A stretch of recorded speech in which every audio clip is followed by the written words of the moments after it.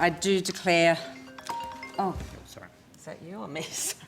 Let me just try and start that again. Just wanted to declare this second day of hearings for our Joint Select Committee on Parliamentary Standards open. I begin by acknowledging the traditional owners of the land on which I am present and you today here in Canberra. That is the Ngunnawal and Ngambri peoples of this region, and extend my respects to Aboriginal peoples here today.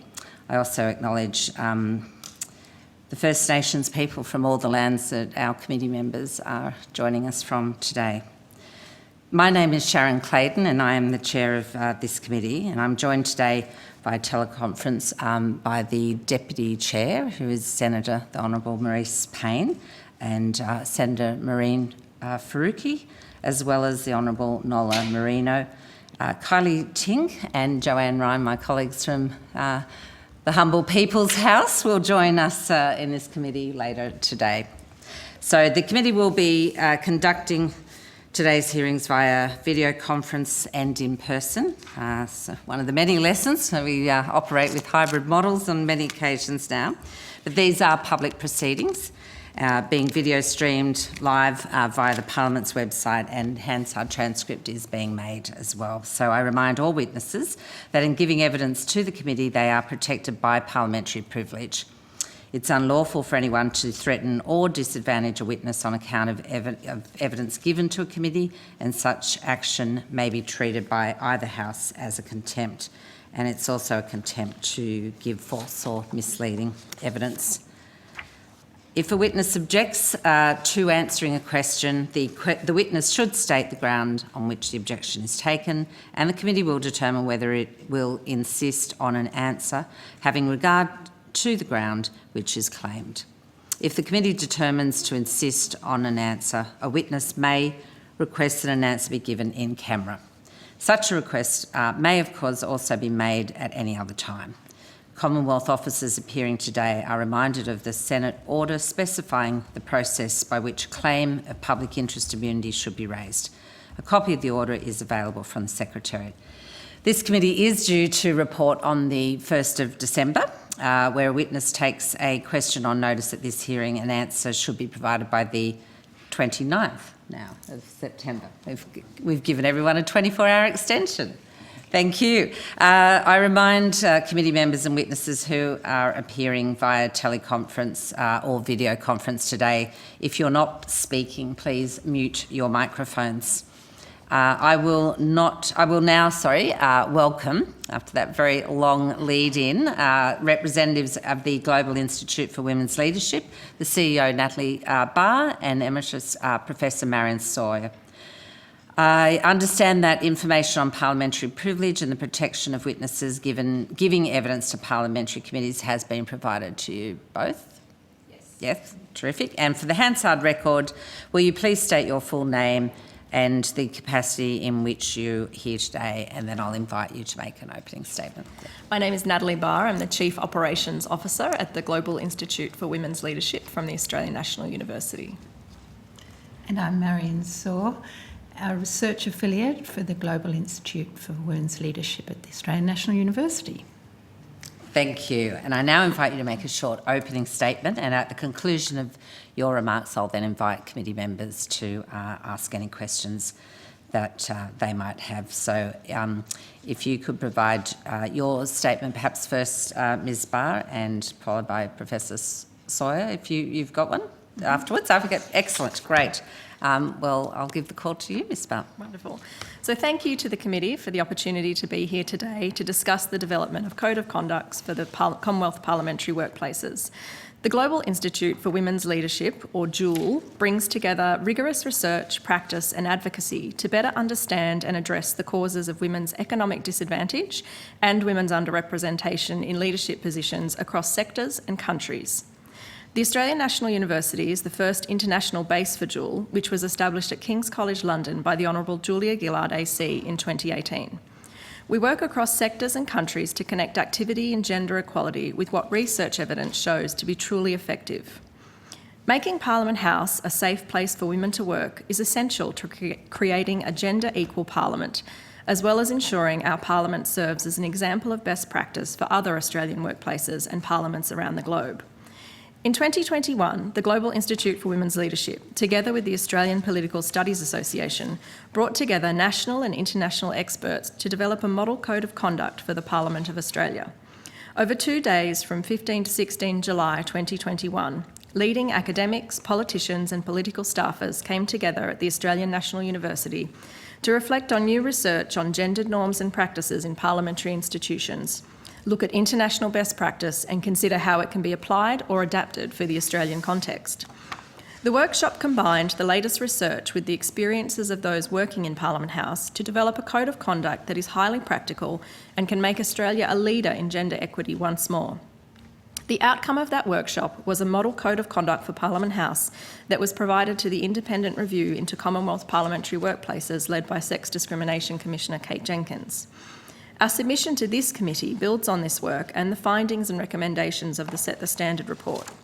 I would now like to pass over to my colleague, Emeritus Professor Marion Saw, to provide an outline of what we see as the most essential elements for the committee's consideration on codes of conduct.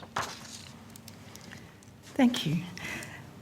It's clear to us, at least, that there's overlap between the work of this committee in drawing up codes of conduct in accordance with the recommendations of the Set the Standard review and the proposed Integrity Commission legislation that is scheduled to be released this week.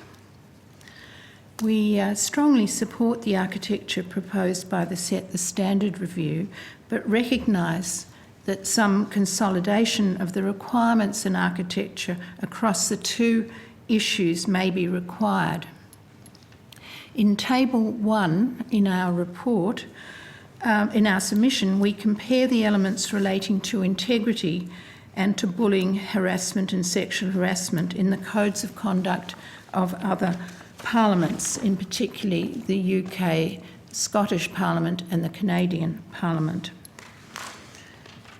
In our view, it's important that elements relating to both integrity and safe workplaces are included in parliamentary codes, and that the essential elements of the Jenkins review relating to workplace safety and culture are retained. For instance, the legislation put forward by the independent member for Indi, the Commonwealth Parliamentary Standards Bill 2020, incorporates many of the elements that should be included in a code of conduct for parliamentarians and their staff, but it was drafted before the Set the Standard review, and it does not cover the issues of workplace safety and culture. We don't seek to be prescriptive about mechanisms, but believe there are a number of core elements that the committee should consider as part of the codes of conduct.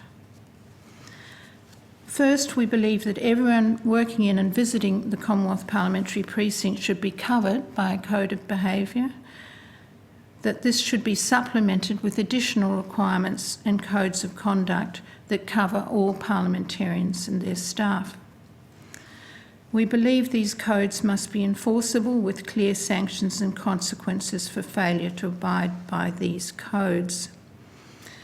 We believe that breaches of the codes should be investigated independently, and that the codes should include a positive obligation to cooperate with these investigations. We also believe that the codes of conduct must be accompanied by mandatory training and transparency. But just to conclude, we would emphasise that we believe that elements relating to integrity as well as to workplace safety should be included in the parliamentarians' code of conduct. Thank you both very much. It's my practice to normally go straight to the Deputy Chair, and I'll go around the committee members, and hopefully there'll be time for me at the end. So, Senator Payne, across to you. Thank you, and good morning, Chair. Good morning to our witnesses. Thank you very much for joining us, and thank you for your submission, which I think is very useful to the committee. We had a range of witnesses yesterday, including, of course, Sex Discrimination Commissioner Kate Jenkins and representatives from a range of other organisations who raised, I think, common issues with us, as are reflected in your submission. There's a couple of questions that I'd like to ask you. One of the things that the Sex Discrimination Commissioner certainly emphasised to us yesterday was the absolute importance of clarity, as she put it, clarity and consistency in terms of the overarching or umbrella of codes that end up applying within Commonwealth parliamentary workplaces. So there are hundreds of them, literally, and there are, of course, multiple strands of participants within those workplaces, from contractors to lobbyists to the media to parliamentarians to their staff, ministers, their staff, etc. So clarity and consistency, Ms Jenkins said, were absolutely essential, and I'd be interested to hear your views around that. And also your observations in relation to sanctions in your submission. You outline a range of existing sanctions, as you say, and those that obtain international parliaments. I'm interested in which of those you particularly think may be appropriate here. And then perhaps one other question after that. Thank you, Chair. Thank you. I'm not sure who wants to take that question, but I'll hand across to our witnesses. Perhaps I should start? Yes. Thank you, Chair. Thank you. In terms of clarity and consistency, as my colleague Natalie has mentioned in her opening statement, we had a 2-day seminar last year bringing together overseas experts on codes of conduct, as well as people working currently in Parliament and who had worked in Parliament in the past, both as elected members and as officials. And the idea of this seminar was to come up with a model code of conduct, learning from what had been done overseas in comparable parliaments and drawing on the experience of those who had worked in the Commonwealth Parliament. So the model we came up with is on page 8, I think. I haven't got my glasses on, of our submission. And we think it is fairly clear, but is simple enough to be reproduced in all those different venues of the Commonwealth Parliamentary precinct. So we believe that it is useful in having an overarching code of this kind, which hopefully covers all bases, and then having more specialised codes for parliamentarians and parliamentarian staff and for others.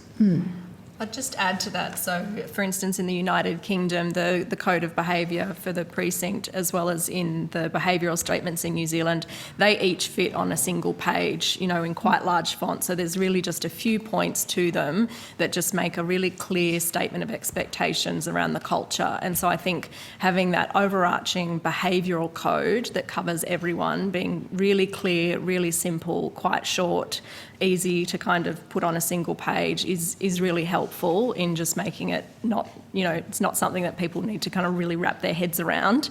It's just, be respectful, be professional, don't harass and bully people. There's some really clear things that you can put there that just set that cultural frame.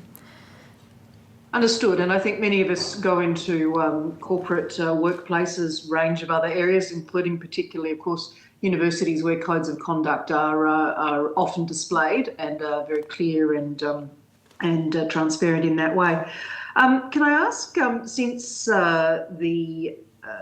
Set the Standard report and it's developed since, The Parliamentary Workplace Support Service was established under the leadership of Ms. Brighton, and I'm interested in your observations, if any, about what those with whom you've engaged in your research have had to say about the operation of the PWSS, what they have found it to do, and also to note, of course, that in terms of the training and education that you spoke of, as parliamentarians, and we've almost recently re-signed or resubmitted our declarations, we must now attest on our declarations to having participated in that training, and I think that's an important step in the transparency as well. I'd be interested in your views. And then that's me, my question's done. Thank you, Chair.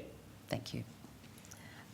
So we've only had positive feedback on the PWSS. We've heard that it is providing a good service for people, that people can access it. It's people are aware of it, and that it's been helpful. So we've only had positive feedback on the PWSS through our interactions with stakeholders and things. My understanding is that in particular, it was established before the Set the Standard review. Set the Standard had some additional kind of elements that it should include, and those have all been done. So our understanding is it's working quite well. Yeah. And sorry, we didn't go to your question on sanctions earlier. If we just go back to that. So, we looked at some of the existing sanctions in the standing orders and things that are happening in Australia for Commonwealth politicians already. Most of those are around either being asked to make an explanation or being suspended from sittings for a certain period of time. Some of the examples in other international parliaments, and some of those put forward by the member for Indi in the Commonwealth Parliamentary Standards Bill, sort of would extend those. So you could consider longer suspensions from those from sitting. Other things are withdrawal of parliamentary passes in the precinct and things. So I think that's an interesting one. It's not something that we really do here, and there may be particular sort of breaches that would be more appropriate for than others. So things around bullying and harassment, that might be an appropriate sanction for something along those lines, whereas it might not be as suitable for other questions of values and things like that. Other potential sanctions are around the withdrawal of appointments from committees and things like that. And I think those are sorts of things that the government uses already, and political parties use already, or, members would stand down from a committee or stand down from sort of some additional roles and things that they're doing. So I think those would be quite easy to integrate into our existing system and sort of in line with the sorts of things that we do already. I think fines might be a different issue in Australia. I'm not sure they would work as well, or salary withdrawal. Yeah. But I think that what we know from overseas experience is that informal resolution is really the best thing rather than sanctions. I mean, if complaints can be resolved informally by the independent Parliamentary Standards Commission, I mean, that's optimal, rather than, ending up with formal complaint and the kind of processes involved there, appeals and so on, and, eventually perhaps suspension from the House or Senate. And transparency is in and of itself a sanction as well, I think. Having that kind of public sense of actually we're going to look at what you did and is that appropriate, and having that really strong public accountability, I think, is a sanction and a consequence in and of itself. Thank you both. Thanks, Chair. Thanks, Senator Payne, and I'll go to Senator Faruqi. Thanks, Chair. Good morning, everyone, and thank you for coming in to give us this evidence.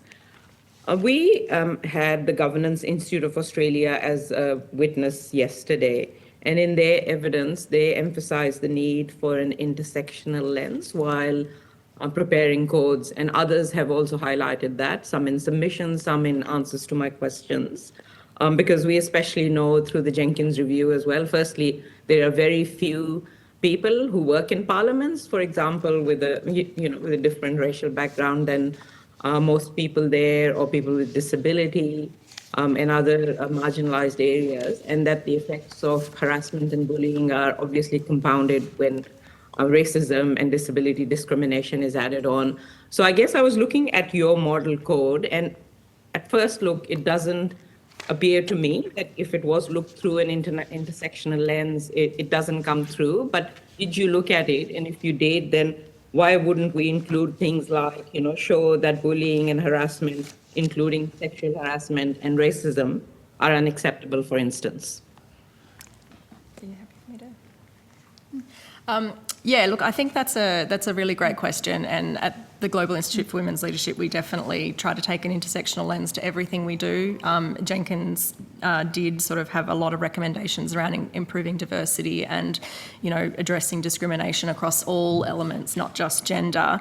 So definitely agree. I think if you look at the table on page 10, table 1, you can see that in most of the international approaches, they don't actually have anything around broader discrimination and things like fairness that I think would address those kind of diverse and intersectional kind of discrimination. So I think we've included a thing around a point around discrimination and the need to act with fairness.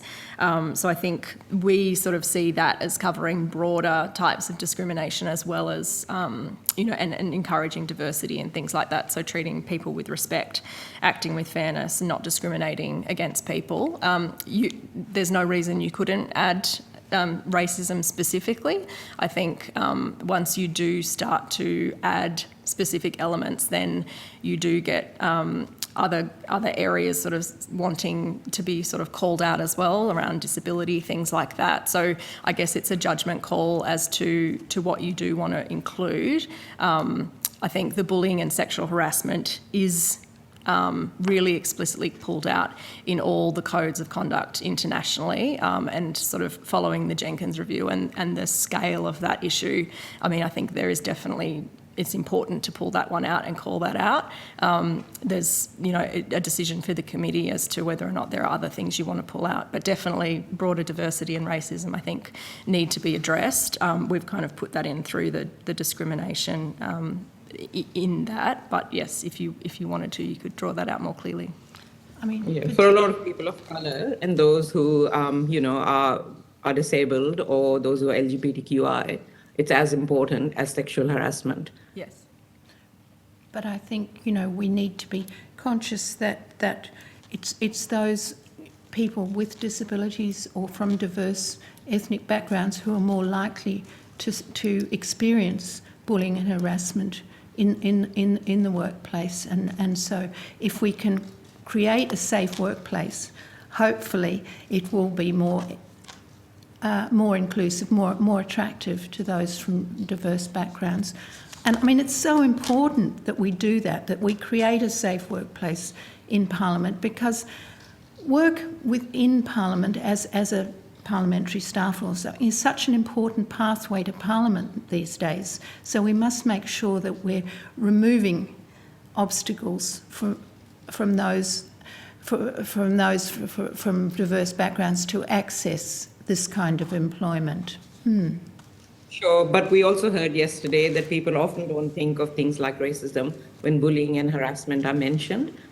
So we really do, if we want to make that place inclusive and diverse, we have to call it out and point it out. That was my point. And you have said that there's nothing stopping us from doing that. I mean, we could do some things better than have been done anywhere else in the world. Yes. We could really be leading edge on that as well, because we have different circumstances. But I read your submission, and it points out so many important things that I'd like to ask you questions on a few others as well, if that's okay. So you have a few minutes. Senator Faruqi? Sure. Your submission talks about that UK has the highest level of independence in its disciplinary framework for the House of Commons standard system. And you point out what they do is ordinary people external to Parliament, known as lay members, have some part to play in that disciplinary framework. How has that worked in the UK? Has it been successful? Well, they are very proud of the fact that they involve non-parliamentarians in the whole independent grievance scheme, right through the investigation process to appeal mechanisms, so that a decision which has totally come from independent, non-parliamentary experts goes then to Parliament to make the final decision if the case relates to a parliamentarian. So this arrangement came about because of inquiries which were commissioned by the House of Commons, which suggested that parliamentarians did not like to pass judgment on the conduct of other parliamentarians, and therefore there was not an adequate complaints process previously, that it just, hadn't worked. And so therefore the strong recommendation from Dame Laura Cox, I think it was, to ensure that parliamentarians were not involved in the investigation and decision making on recommendations concerning complaints on their conduct. So there'll be a decision of this committee whether they would recommend involving non-parliamentary ethics experts in the process of investigating complaints and arriving at recommendations to Parliament. Yeah, but the lay people you talk about, they're not experts, right? Are the lay people experts? The lay people. No, they're not experts, right? Would you recommend something like that for us? Well, working on this submission, we were thinking really about the code of conduct. We were not thinking about the mechanism of handling complaints. So I'm not sure that we're in a position to recommend one way or the other on that. Okay, no problem. Your submission does recommend that the codes be accompanied by regular training, a higher quality induction, and transparency and regular reviews of the codes and to see how they're operating.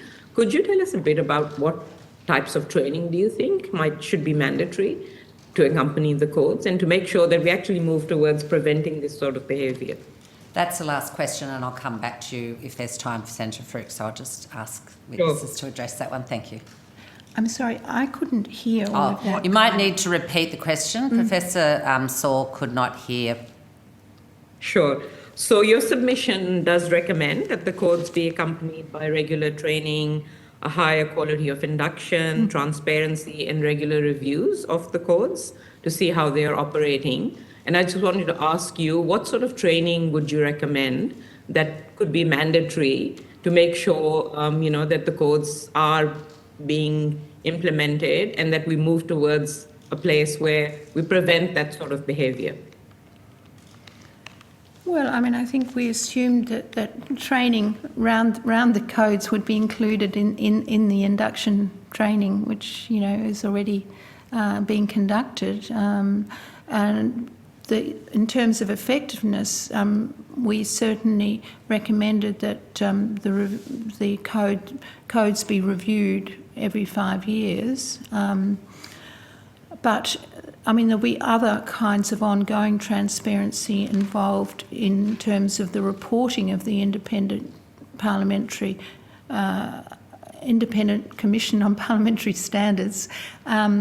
If they're doing annual reports, they'll be reporting on the number of complaints, the pattern of complaints, and from that one should have some knowledge of how effective those codes are being, particularly when you're comparing the pattern of complaints reported by the Independent Parliamentary Standards Commission with the workplace experience survey results.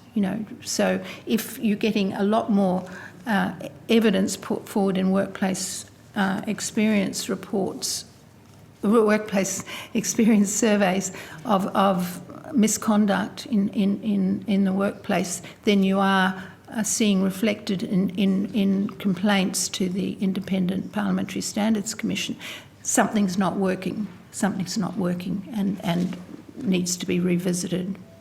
Just on the types of training, so obviously we think there should be training around the awareness of what is in the Code of Conduct and an understanding of obligations for both parliamentarians and their staff. In our submission to the Set the Standard review last year, we also talked about the need for training around just a general understanding of the obligations that parliamentarians and their staff have as employers, as managers, things like that. So I think Jenkins made it clear that the work health and safety and anti-discrimination laws do apply in Commonwealth parliamentary workplaces, but there had long been confusion among the people in those workplaces as to whether or not they actually did apply or whether there was some kind of exemption for people in parliamentary workplaces. So I think having training that makes it very clear that this environment does fall under Australian law and that there are particular obligations. In our previous submission, we also talked about training around office management and things. So, the roles of staffers and chiefs of staff and parliamentarians, there's very clear sort of public obligations and things, but you're also an employer, you're also a manager, and sometimes you're pushed into that role without any experience in managing people. So I think having training around office management, people management, leadership skills, those sorts of things are also really important as part of the broader package of reforms under Jenkins. Thank you. Thanks, Chair. Thank you. Ms Marino. Thank you very much, Chair. And look, thank you. I'm just checking that you can hear me adequately, please. We can hear you loud and clear. Thank you. Thank you. Look, thank you both very much for your evidence and for your submission. One of the issues that we're also dealing with in forming a code is around the online space and what should apply in that. In your experiences in dealing with the other parliaments, can you tell me what type of approach they took to the online in the same way as face-to-face, or in managing staff and even within the public service itself, please? Are you talking about sort of social media codes of conduct and things like that, or? Not just social media and all forms of communication in that space. So there are very clear laws in Australia around what you can do on social media and how you can use your devices in a way that's not threatening, harassing or bullying type behaviour. But I wonder within the code whether there's any focus on all forms of behaviour, including that online and in communication. Yeah, we didn't specifically look at sort of online behaviour and things like that, but I know, for instance, the UK Code of Conduct for parliamentarians, it applies in all aspects of their public life. So it's very clear that it doesn't apply in their private capacity as private citizens, but it does appear in their public life. So I think while we didn't look at it specifically, you would have to make a call as to what is public facing and what is private facing. I mean, I think behaving with respect and professionally and things like that, those are things that apply whether you're face to face or online, but we didn't specifically look at that. Did you have anything to add, Marion? No, I'm not sure that any parliament has really addressed this adequately or effectively. I mean, beyond acknowledging that it's a huge and intractable problem, and what the next steps are in terms of the kind of awful harassment coming through on social media to parliamentarians who've spoken out on particular issues, sometimes issues around racism or hate speech and so on, they then get a torrent of online abuse, which staffers often have to deal with first thing in the morning. So very unfortunate developments in terms of online harassment of outspoken, as it were, members of Parliament. Look, I think it's also across. I'd be very interested if you have any further information from your experience and your work with other parliaments on how they've managed this. I would be interested in the committee receiving that information, if you could, please. Yes, we'll do our best. Yeah, look, it's a challenging issue both in business and in the corporate world, and in business as well as in this space. But it is a very direct reality of the various forms of what we're dealing with here and how a code should operate, because that's what we're really interested in at this moment, is a code that would cover these types of aspects. It's something which our colleagues, Dr. Maley and Dr. Palmieri, may have something to say in a session later today, the next session, I think. All right. Look, thank you very much, and thank you, Chair. Thank you.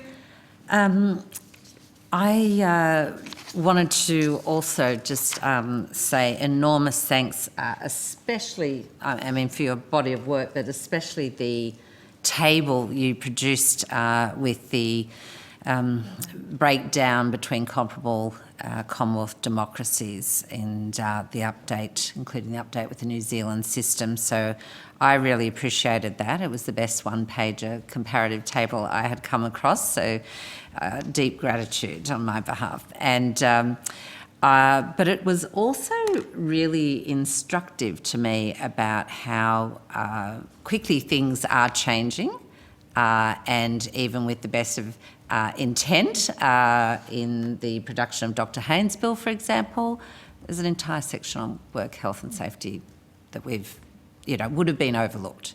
And I think the same might go with a whole range, a whole suite of forms of discrimination, and we are faced with, as Senator Faruq has been questioning, a sort of listing of multiple kind of, how this is played out and the intersectional relationships of that, or do we have a broader recognition of, that all forms of discrimination are unacceptable and inappropriate behaviour, and that might be another way. I'm interested in your thoughts on that thorny problem, I think, of trying to ensure that the code of conduct we develop is the very best it can be, but it's utterly fit for purpose, and it's not set in a historical time of right now, and not being encompassing enough for developments that we might not have even contemplated right now. So I am interested in your thoughts about those different kinds of approaches as to how much you include in a code of conduct versus the clear, concise, one-page options that are available and you've been, putting to this committee. I might start with that. I've got a few questions though. We believe there's great benefit in having a concise statement of the values and practices around a safe workplace, safe parliamentary workplace. So that's that, but also that with the specialised codes of conduct, for example, for members of Parliament and staffers,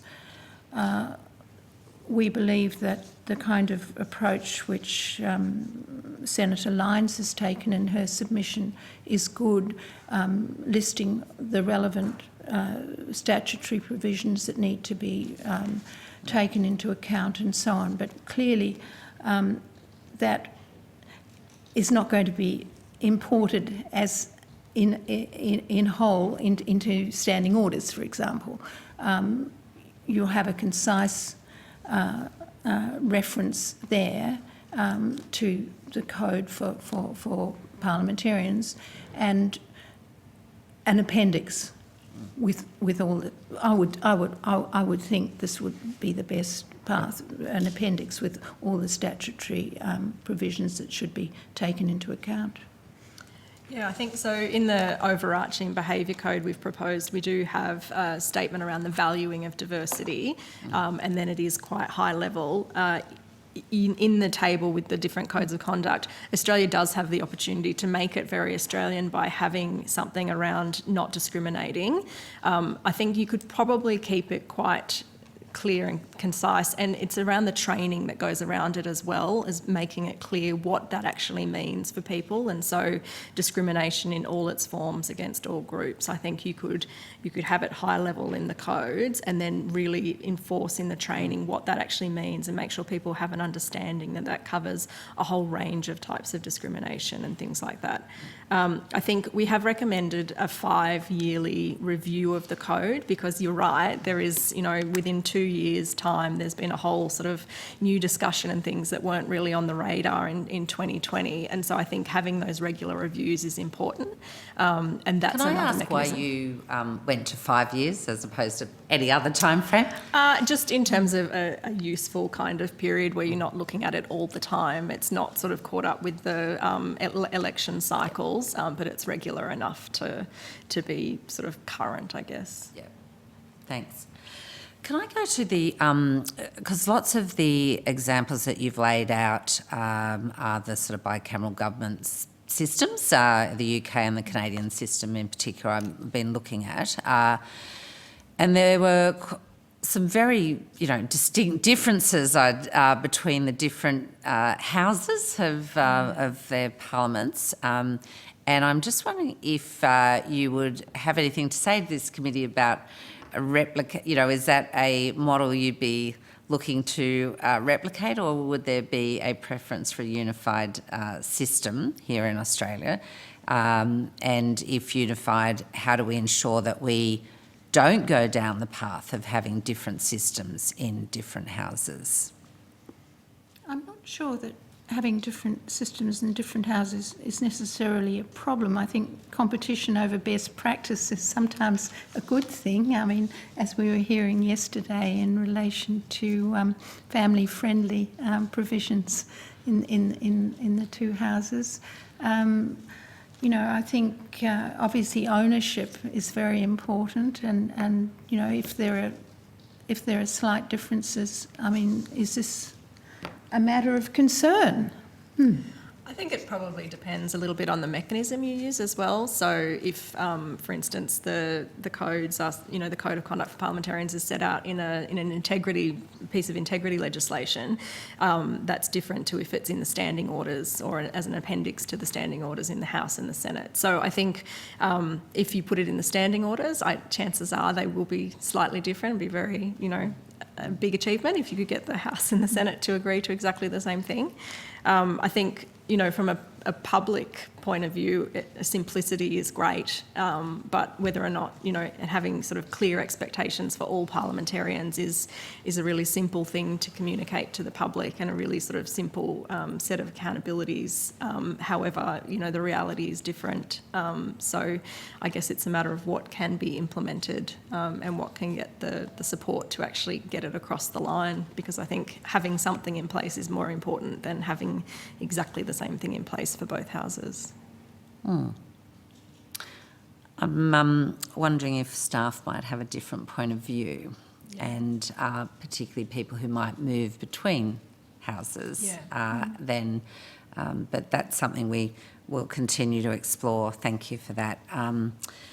And the I know we're very quickly running out of time. I have so many questions. I'm just trying to think which ones we'll go to. I'm just thinking about the whether the independent body reporting recommendations from breaches to the presiding officers, so that New Zealand kind of model that you alerted us to, or the Standards Committee, which is the UK, which did you think was a better? Did you have a view as to a preferred option there? I mean, I think the differences adopted reflect different institutional environments, and I mean, clearly in New Zealand, the fact that parliamentarian staffers are employed centrally makes a difference, and so that the code could be embedded in what the clerk calls triangular contracts between the parliamentarian, the staffer, and the employing body. Is The Parliamentary Service, yeah. Parliamentary Service, yes. So, I mean, that clearly reflects the New Zealand environment, which is different from ours. What do we think in terms of what works? You know, the UK has the independence, you know, which, you know, can seem to be an advantage embedded in its mechanism for handling grievances, the use of non-parliamentarians. But when we look at the scandals coming out of Westminster, you know, it doesn't seem to have been all that effective in changing workplace culture. So, do you want to continue, Nathan? Sure. I think, you know, there's never going to be a system that we can just import and sort of put directly in place. But I think in all the systems that we've looked at, there's the independent investigator providing a report to a committee of the House or a joint committee, and then the House acting if it's if a sanction or a consequence is recommended for a parliamentarian, then the House or the relevant House, so the House or the Senate, then voting on that. So I think the independence of the initial investigation and the independence around what the recommended sanction is to then be considered by the committee and then the House is probably a useful system. That's, you know, there's slight differences across them, but that's sort of the process in all those systems that we looked at. So I think the exact committee and the exact makeup of the committee, I think, is a matter for us to look at how it works best in the Australian system. But I think those 3 steps are important in any system. Thanks. Senator Faruqi has a follow-up question, and then I'll come back and wind up. Thank you, Senator Faruqi. Thanks, Chair. I just wanted to go back to the conversation you were having with the Chair earlier about the issue of intersectionality, how to include discrimination. And I think it's a good recommendation to have a broad, line on discrimination. But I also would like to say, and get your view on it, that the Human Rights Commission, the Australian Human Rights Commission, very concisely, in less than a sentence, describes puts together the types of discrimination. So it would just take one sentence to actually highlight the sorts of discrimination that they talk about based on race, disability, age, and a couple of other things. I don't think that would add pages and pages to a code. So I just want to ask, why is there hesitancy in, in actually doing that in a code? I don't know that there's hesitancy. I mean, I think if there's nothing to stop that from happening. There's no sort of, as long as it remains concise, I think if you want to spell out those different types of discrimination, then that would be fine. The only problem being, that new forms of discrimination are being identified over time, and we don't want this to become outdated too quickly as we see new realities. I mean, or we identify new elements that are discriminatory in our workplaces. So, I mean, I think, you know, some generality is valuable. Thank you. And I will just end, we've just got a few minutes left, so I may be able to get one more question in, if I may. I can get my screen to work. It's not working now. But you do make a reference in there about, I can't remember what page it was on, but you talked about the codes perhaps for parliamentarians and staff that also included post-retirement and post-separation restrictions. Yes. And I'm just sort of wondering what you had in mind, just given that I would have thought that it's quite a different situation for the vast majority of staff, and we are tasked with developing a code. Well, we're tasked with developing 3 codes, as you know, and so I'm interested in just what your thoughts really are in that regard, because I would think that staff in particular would not have the privilege that is often afforded to MPs or indeed ministers, and that they would have a very different set of circumstances, and feel. I'm interested in what you would see as post-separation restrictions for staff. Well, I think I think we're assuming that this will apply to ministerial staff as well as. Okay, so there is a parliamentarians. Ministerial Code of Conduct Yes. that exists today, and I think you've added some comparative stuff in your Yes, table we there. Okay, so you weren't suggesting that the codes that we are developing as part of our work here in this committee contained references to post-separation or restrictions? Dr. Maria Maley, who is appearing later today, Right. will be able to answer that question. So she does a lot of work around staff and things like that, so she'll be able to address that. All right. But I think we were particularly concerned with the integrity components of, for example, a parliamentarian's code, that this should include a declaration of interests and avoidance of conflict of interest. Yes. and misuse of parliamentary resources. Yes. Okay, terrific. And you do make a reference in your values or the behaviour, you know, the one-page code, did you not, around some of the integrity issues that you wish to highlight? Yes. I'm just trying to find your reference to it there. Just the very first statement around maintaining high standards Yes, of the top integrity. there. Thank you. Yeah. Yep, terrific. Thank you so much. We have exhausted our time. I've very much enjoyed your evidence, and could have, I'm sure all of us had many more questions, so I'm sorry we didn't get through all of those, but certainly people have options to submit questions on notice, and if there is, you have committed to providing some responses and materials, so just to remind you that it would be greatly appreciated if you would be able to provide those responses to the Secretariat by the 29th of September. And thank you again for your evidence today. It's been very much appreciated. Thank you. Thank you, Chair. Thank you, and the committee will now take a break and return at 11:15 a.m.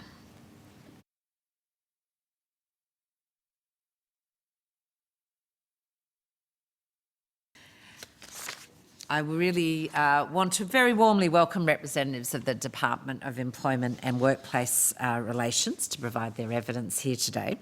The Senate has resolved that an officer of a department of the Commonwealth shall not be asked to give opinions on matters of policy, and the officers giving evidence in this session shall be given reasonable opportunity to refer questions asked of them to the relevant minister. This resolution does not preclude questions asking for explanations of policies or factual questions about when and how policies were adopted. I understand that information on parliamentary privilege and the protection of witnesses when giving evidence to parliamentary committees has been provided to you. Excellent. Getting affirmative nods, thank you. For the Hansard record, will you please state your full names and the capacity in which you appear today, and then I'll invite you for opening remarks after that. Who'd like to go first? Adrian Breen, Assistant Secretary of the Safety, Compensation and Institutions Branch in the Workplace Relations Legal Division. Thank you. Elizabeth de Hoog, the Acting Assistant Secretary for the Safety and Compensation Branch in the Safety and Industry Policy Division. Stephen Still, Assistant Secretary, Employment Standards Branch, Workplace Relations Legal Division. Thank you. And I'd just like to now invite you to make a short opening statement, and then at the conclusion of that I'll go to committee members to invite questions. So, I understand... yeah, I'll open it, leave it up to you. I assume it'll be yourself, Mr. Breen, making an open thing? So, Chair, we don't actually have an opening statement. We have provided our submission and obviously happy to speak to that and answer any questions arising, but no opening statement. Okay, well, we might well move swiftly to some questions then. Now, I'll just check whether whether Deputy Chair is back online. Senator Payne. Yes.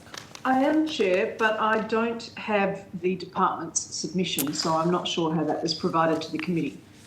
Yes, it came in very late on Friday night, I think. I just had a look at it or was it yesterday? Sorry, I just had a look at it last night. Sorry, Senator Payne, myself. It was a late for us anyway, so I'm not casting So happy for someone else to start, Okay. Chair. I will... I'm not sure if Senator Faruqi is in the same position. I'm here. I do have a few questions. Okay. So, would you like to go and advance then? yeah, sure. Thank you. And thank you for coming in to provide us evidence. I guess my first question is a bit broader. Like, how do you see the new codes of conduct or the codes of conduct that this committee is tasked with developing? How do you see them interacting with the APS code of conduct, which also people using both codes of conduct will be working side by side? So I guess that's one question. And the other one is, having used the APS codes of conduct for many years, what do you think are the successes that we could learn from those codes?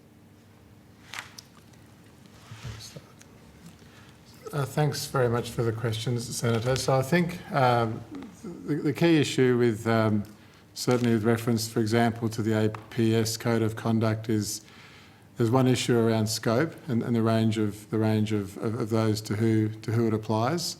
So obviously, APS code of conduct will apply to persons engaged under the Public Service Act, public servants, if you like, and so I suppose that one significant point of difference would likely to be the potential application of the sorts of instruments that you're considering and their application to different cohorts, whether it's parliamentarians or staff within parliamentarians' offices or indeed other individuals who might find themselves within the parliamentary precinct, whether it's in the press gallery or in catering or those other sort of cohorts. So I suppose that's one initial sort of point around the scope of the persons to whom it might apply, and then of course I suppose there's the consequences under the Public Service Act regime for public servants in terms of breaching the APS code of conduct and those enforceability mechanisms.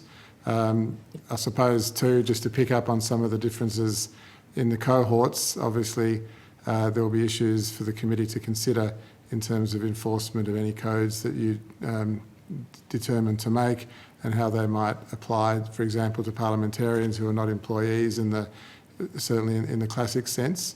So there'll be issues there around enforceability and I suppose other enforcement issues, whether it's in relation to others who perhaps are here perhaps sort of within the gift of the Parliament as visitors or sort of third parties, if you like, and what sort of arrangements might be put in place for those sorts of individuals. Again, will be quite a unique proposition.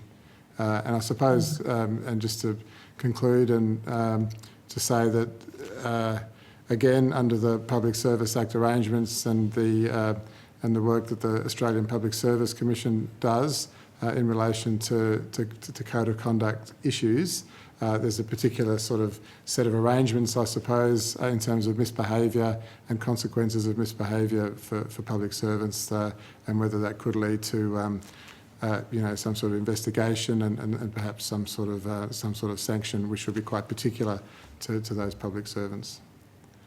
Mm-hmm. And the Commissioner Jenkins, in her report, pointed out that best practice addresses the systemic and structural barriers to diversity and inclusion, rather than putting the onus on excluded individuals to change. How does your department address those systemic and structural barriers, and does the APS code actually help in doing that? So certainly the APS code of conduct touches on some of those issues, and obviously as a department we follow those as well. We have our own diversity and inclusion policies, as do a lot of departments. So they're quite unique and quite sort of developed within the department, sort of at a corporate level and receiving input from staff and others who might have a contribution to make in the development of those guidelines and arrangements. I do notice that in the guidance to the codes, the APS codes of conduct, there is quite a detailed section on, disadvantage based on sex, indigenous status, race, disability, ethnicity. So that's good to see. What does the department currently do to ensure best practice in relation to training requirements?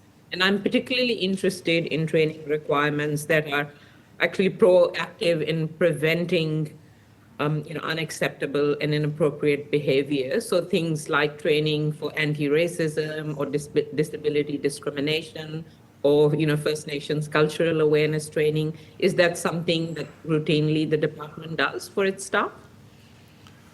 So certainly that training is available, Senator. I should just clarify whether you're asking about the practice of our department as an employer, or do you mean more as a broader public service kind of from a policy point of view?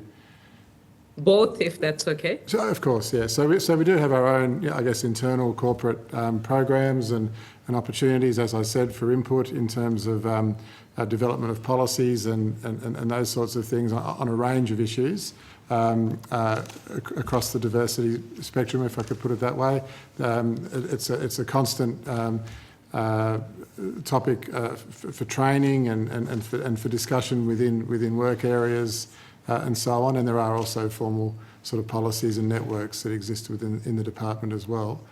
In relation to the Australian Public Service more broadly, we don't have a formal role in that sense, although we do have sort of policy responsibility as a department for the Fair Work Act and the Work Health Safety Act, and we do engage obviously with those issues in that context. For example, discrimination provisions in the Fair Work Act, the general protections, and then of course in the work health safety context, important issues there around that come up in the context of harassment and those sorts of things as well. So that's, I guess, our outward-facing role, if I could put it that way, principally through the lens of the workplace relations framework and the work health safety and workers' compensation framework. But internally, as an organisation, we have those structures and committees and so on that work on those policies and guidance. Yeah. So could I ask specifically, have you provided guidance specifically on APS, the people who are bound by APS code of conduct undergo anti-racism training, for instance, in particular, and do your does your department undertake that training? I'd have to take on notice the full range of training that the department undertakes, I guess, from a corporate point of view. As I sort of might have foreshadowed, us appearing here today before you are more engaged in the framework issues around the Fair Work Act and Work Health Safety Act and so on, but we can certainly take on notice, if that would assist, what mechanisms and guidance and so on we have at a corporate level within the department. Yeah, that would be really useful to find out what sort of training the department does. Can you kind of recommend, or if that is something that is within your experience and expertise, like monitoring culture change, for instance? Because at the end of the day, codes of conduct and what the Jenkins report is about changing culture in parliamentary workplaces. And so what suggestions do you have in terms of monitoring the effectiveness of, let's say, the code of conduct in terms of changing culture? Senator, I'm sure there's a range of ways you could go about doing that. Departmentally, one thing that we do and that happens service-wide is that there's an annual public service census. That includes a range of questions about all sorts of HR-related things, in fact, but it also includes questions about people's personal experiences of bullying and harassment and discrimination. Because it's a comprehensive service-wide survey and it's conducted anonymously, it I think can provide useful insights, and departmentally we pay quite a lot of attention to all of the insights the census provides, and particularly those ones that might show kind of incipient workplace problems, to try to actively get ahead of managing issues and actively monitor them. So I'm sure the Public Service Commission would have more information about that census. That's something they conduct, but there's a range of measures like that we can take advantage of to monitor progress. Mm-hmm. And just last question from me. I'm just interested in whether your department has done anything since the Jenkins review, kind of more broadly. Were there any recommendations of the review that were particularly pertinent to improving, if you thought, culture within your department that we could learn from?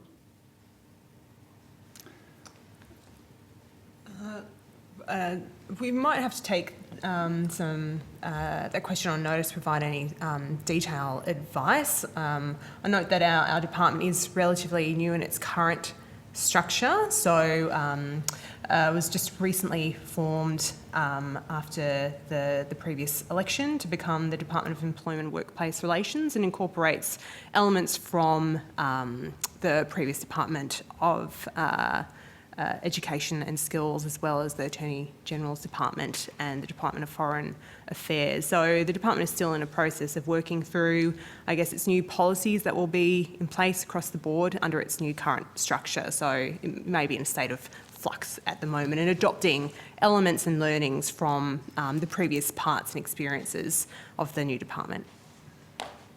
Thank you. Thanks, Chair. Thank you, Senator Faruqi. And I will just proceed with some questions now in case Senator Payne wants to add at a later time. Firstly, thank you very much for your submission, and I really note the very strong message I take from your submission is the need to have consistent standards are really important. That any codes of conduct are very alive to all of the existing kind of legislative requirements and laws that are dealing, multiple laws that are applicable to Commonwealth workplaces, including the anti-discrimination laws covering a vast range of areas of discrimination as well. One of the questions I have of you is just noting that the need to be consistent with those existing legal requirements and laws. do you have examples of other government departments or state territory jurisdictions, perhaps, I'm not sure, that have been excellent at covering those obligations to multiple laws in their statement of, you know, values or standards of behaviours or codes of conduct, whatever they might be called. Just wondering if you wanted to offer up any examples of good practice. So, Chair, it's always a bit tricky, I suppose, in terms of the interaction in different jurisdictions, in terms of whether the interaction of a code or other some sort of arrangement with things like work health safety laws or workplace relations laws, those sorts of things.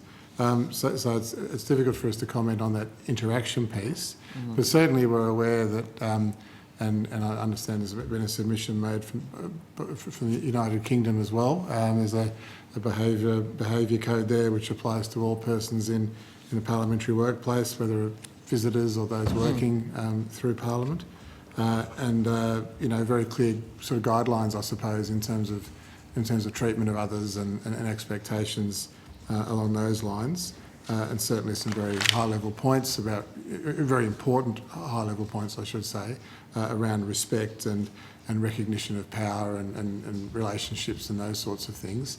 So that's quite a I guess something of a leading light in terms of how those sorts of arrangements might be expressed in the UK in particular. Okay, thanks. I note in your submission you do raise some concerns. Well, firstly, let me go to the fact that, you know, one of the Jenkins review is the establishment of the Independent Parliamentary Standards Commission, and that they would, the IPSC, as we are now learning this new acronym, would be able to apply sanctions that didn't interfere with a parliamentarian's ability to conduct their parliamentary work.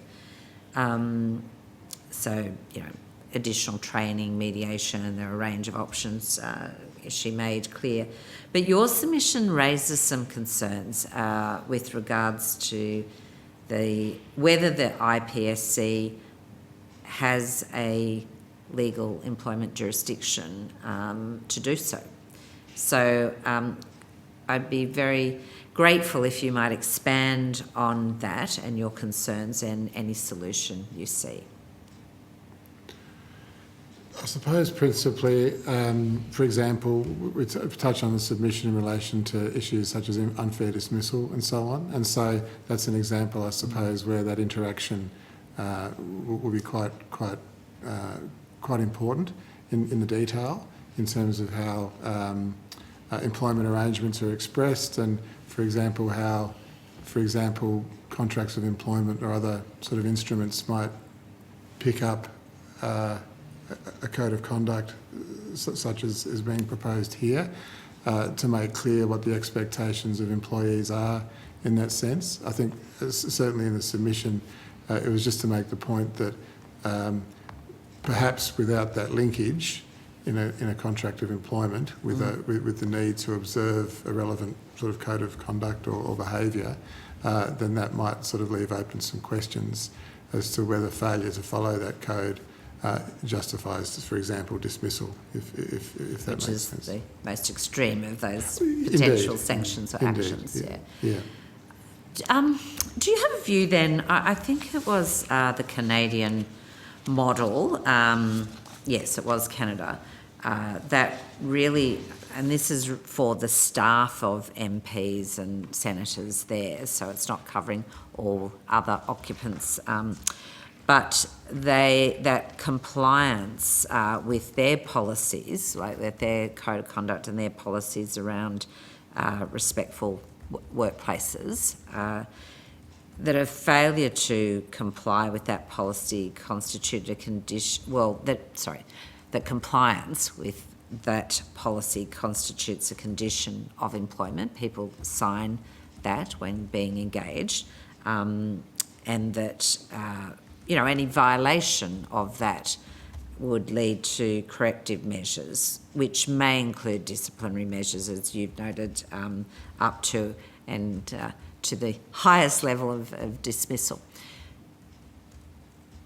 Would that be a sensible approach in terms of dealing with that sort of issue around clarity and legal reach, I suppose? That would you recommend, or do you have a view on having an inclusion in part of the employment contract that one has understood the code, its condition of employment, they're going to do the training and whatever else is required? I think, Senator... I'm not a senator, by the way. Oh, sorry. The senators will be mortified at your suggestion. I do apologise to all concerned. I think, Chair, that inclusion of those kind of clear expectations in a contract may usefully clarify to people at the commencement of the employment relationship what their obligations are. Of course, those conditions of a contract can't derogate from what the Fair Work Act or the Work Health and Safety Law provides. So, they can't set a lower standard. They possibly can set a bit of a higher standard. But I think it's important. I suppose there's a couple of important points you could draw out. One is that, for example, in the unfair dismissal regime, non-compliance with your contract or your workforce policies may well be a valid reason for disciplinary action or for dismissal. It's not sufficient, though. You need to make sure that the process that's gone through to discipline that person isn't kind of unfair or unjust as well. So I think clarifying expectations and standards is helpful for people to understand their own obligations and helpful to ensure that your workplace has established a fair, transparent, reasonable system for dealing with those complaints, and that will help down the track to comply with obligations under the Fair Work Act. But it's probably not a complete answer. So I think that would be my observation. I don't know if you'd say anything from That's okay. Thank you for that. And just curious, not all jurisdictions have gone down that path, but obviously Canada did, and just interested because we are doing a lot of comparisons at the moment. And we've had some advice from other witnesses that would be something perhaps worthwhile, in that one of the aims around the parliamentary reform process is to ensure that there's clarity about people's roles and expectations and standards of behaviour, that it's, people know what the expectations are, that they're provided adequate education, training and awareness to do so, and that includes all of us, parliamentarians as well. Anyway, sorry, Chair, just to add. Yes, sorry, Mr. Breen. It just occurred to me to add that, of course, there would be workplaces and entities and organisations that have put in place those sorts of arrangements in Australia at the moment, and elevated those, I guess, to quite a high prominence in terms of the expectations of employees and staff. Yeah, thank you. I wondered whether you also had a thought around an earlier witness indicated that one possible sanction, for want of another word, around breaches of these codes of conduct might be, and I could see this perhaps having effect in some of the codes of conduct, but not necessarily all, where the withdrawal of a parliamentary pass or access to the parliamentary precinct might be one such kind of sanction. I wondered whether you had a view on that, because you did make this point that because of a direct employment kind of arrangement with many of the people coming in and out of the building, that we might be limited, but certainly in this building, people have to go through quite a process in order to secure a pass, and that might be one mechanism. I'm just wondering if you had thoughts around that. It is a proposal in one of the other jurisdictions that's being enacted, and it was raised with us this morning. That's why I'm raising it with you. Well, I suppose subject to legal obligations around access to public places or parliamentary places and so on, but I think leaving that to one side, there's presumably an element of control over who can access certain areas, as you say, Chair. So I don't see there being any certainly any impediment. I guess certainly not from an employment point of view. Again, there might be questions there about the need to access, for example, Parliament House in order to carry out employment, but there are a range of other arrangements or employment relationships that require that level of sort of consequential access to a location, for example. Thank you, and I appreciated the mapping out of a lot of the work that you are currently doing, and the very current update around the outcome of the Job Skills Summit for you and the progress the work you're doing to try and provide some stronger protections for workers there against, adverse action, but also the discrimination and harassment issues that we are very focused on here. I'm just checking. Senator Payne has just come on the screen, so I'm just not sure. Do you have a question, Senator Payne? Just very briefly, Chair. Yeah, and you've go asked ahead. a number of the questions.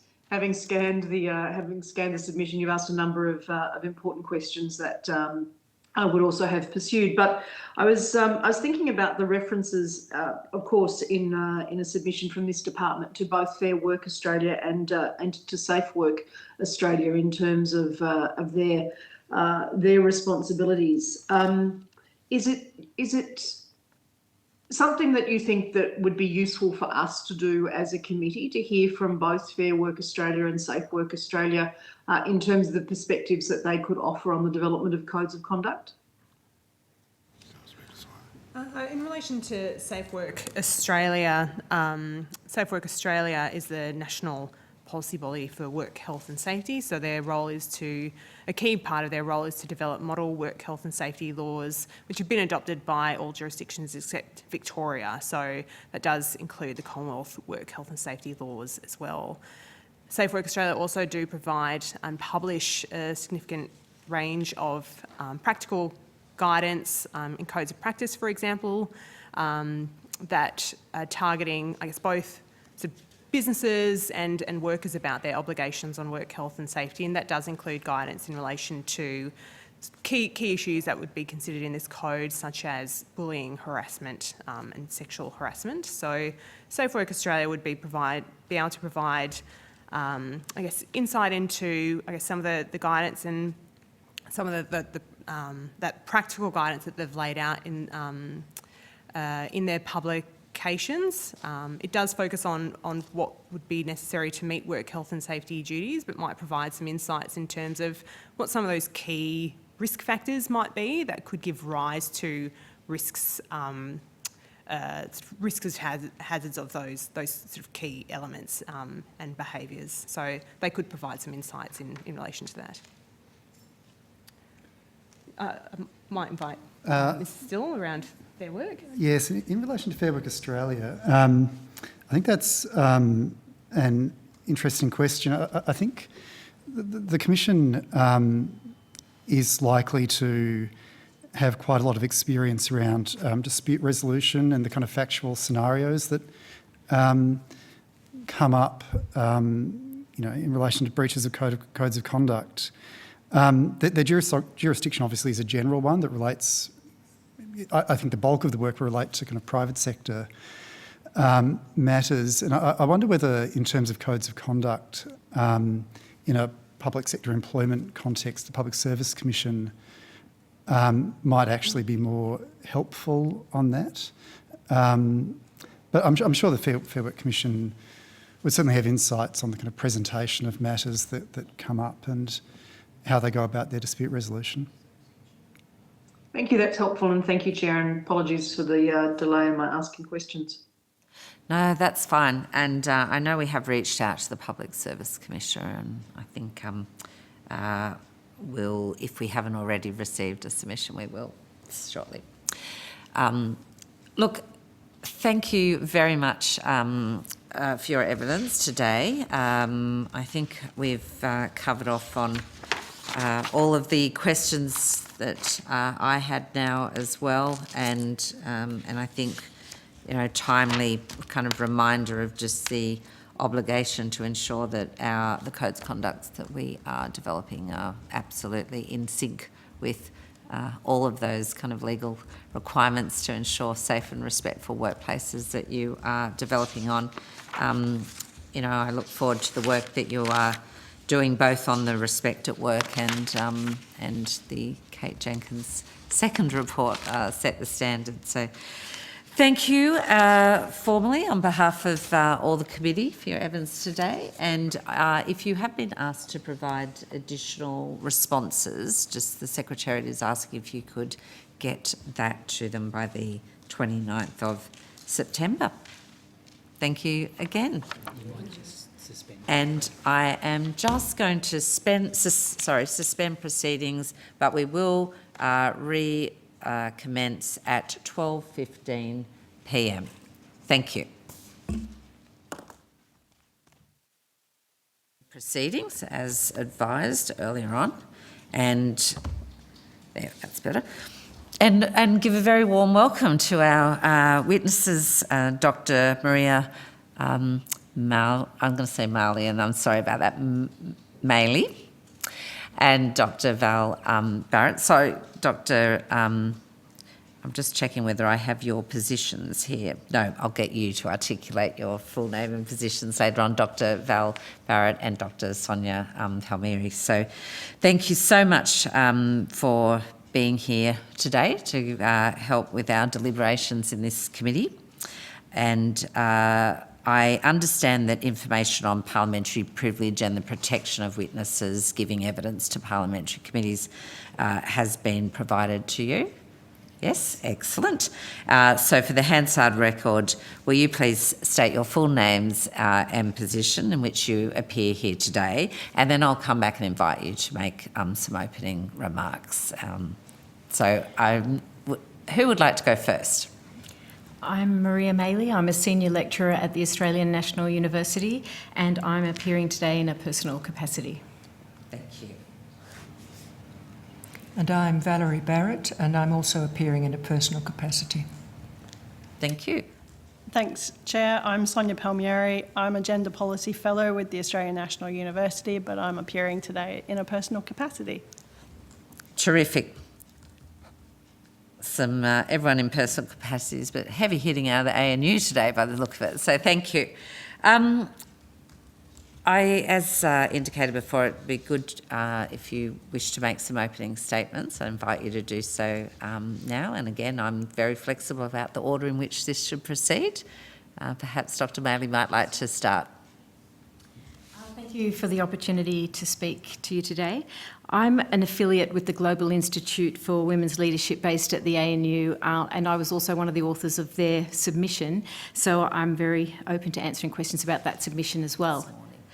Yes. Thank you. Yes. Sorry, just for others who've just joined us, that was in reference to our first witness that we met with this morning. Thank you very much. That's right, as well as the submission I made with Dr. Barrett. I also made a submission to the review of the Members of Parliament Staff Act that's currently underway, and I'm happy to provide my submission to the committee if the committee would like to see it. The work you're doing in this inquiry is very, very important and will be transformative. In this opening statement, I want to make three main points. First, I strongly support the architecture proposed by the Set the Standard report, that there should be an overarching behaviour code for all people working in the parliamentary precincts, that there should be a code of conduct for parliamentarians and a code of conduct for parliamentarian staff. And these can be linked. So, for example, one element of the code of conduct for staff could be that they must abide by the overarching behaviour code. I support the recommendation that an independent Parliamentary Standards Commission investigate and oversight the codes of conduct. Secondly, in terms of MOPS staff, I believe a code of conduct for staff should be legislated in the MOPS Act, and staff should be required to commit to the Code of Conduct as a condition of their employment. Parliamentarians should be required to commit to their own Code of Conduct in order to be entitled to employ staff under the MOPS Act. One of the problems raised in the Jenkins Review is the limited ability to act against staff members who have poor conduct. It's currently solely up to the employing parliamentarian to act, and at times they have not acted when misconduct has occurred. One solution to this is to insert in the Code of Conduct for parliamentarians a clause about their role as employers of staff. For example, that they must not tolerate, condone or ignore bullying, sexual harassment and sexual assault. Or another option would be that they must act on the recommendations of the Independent Parliamentary Standards Commission regarding misconduct of staff members.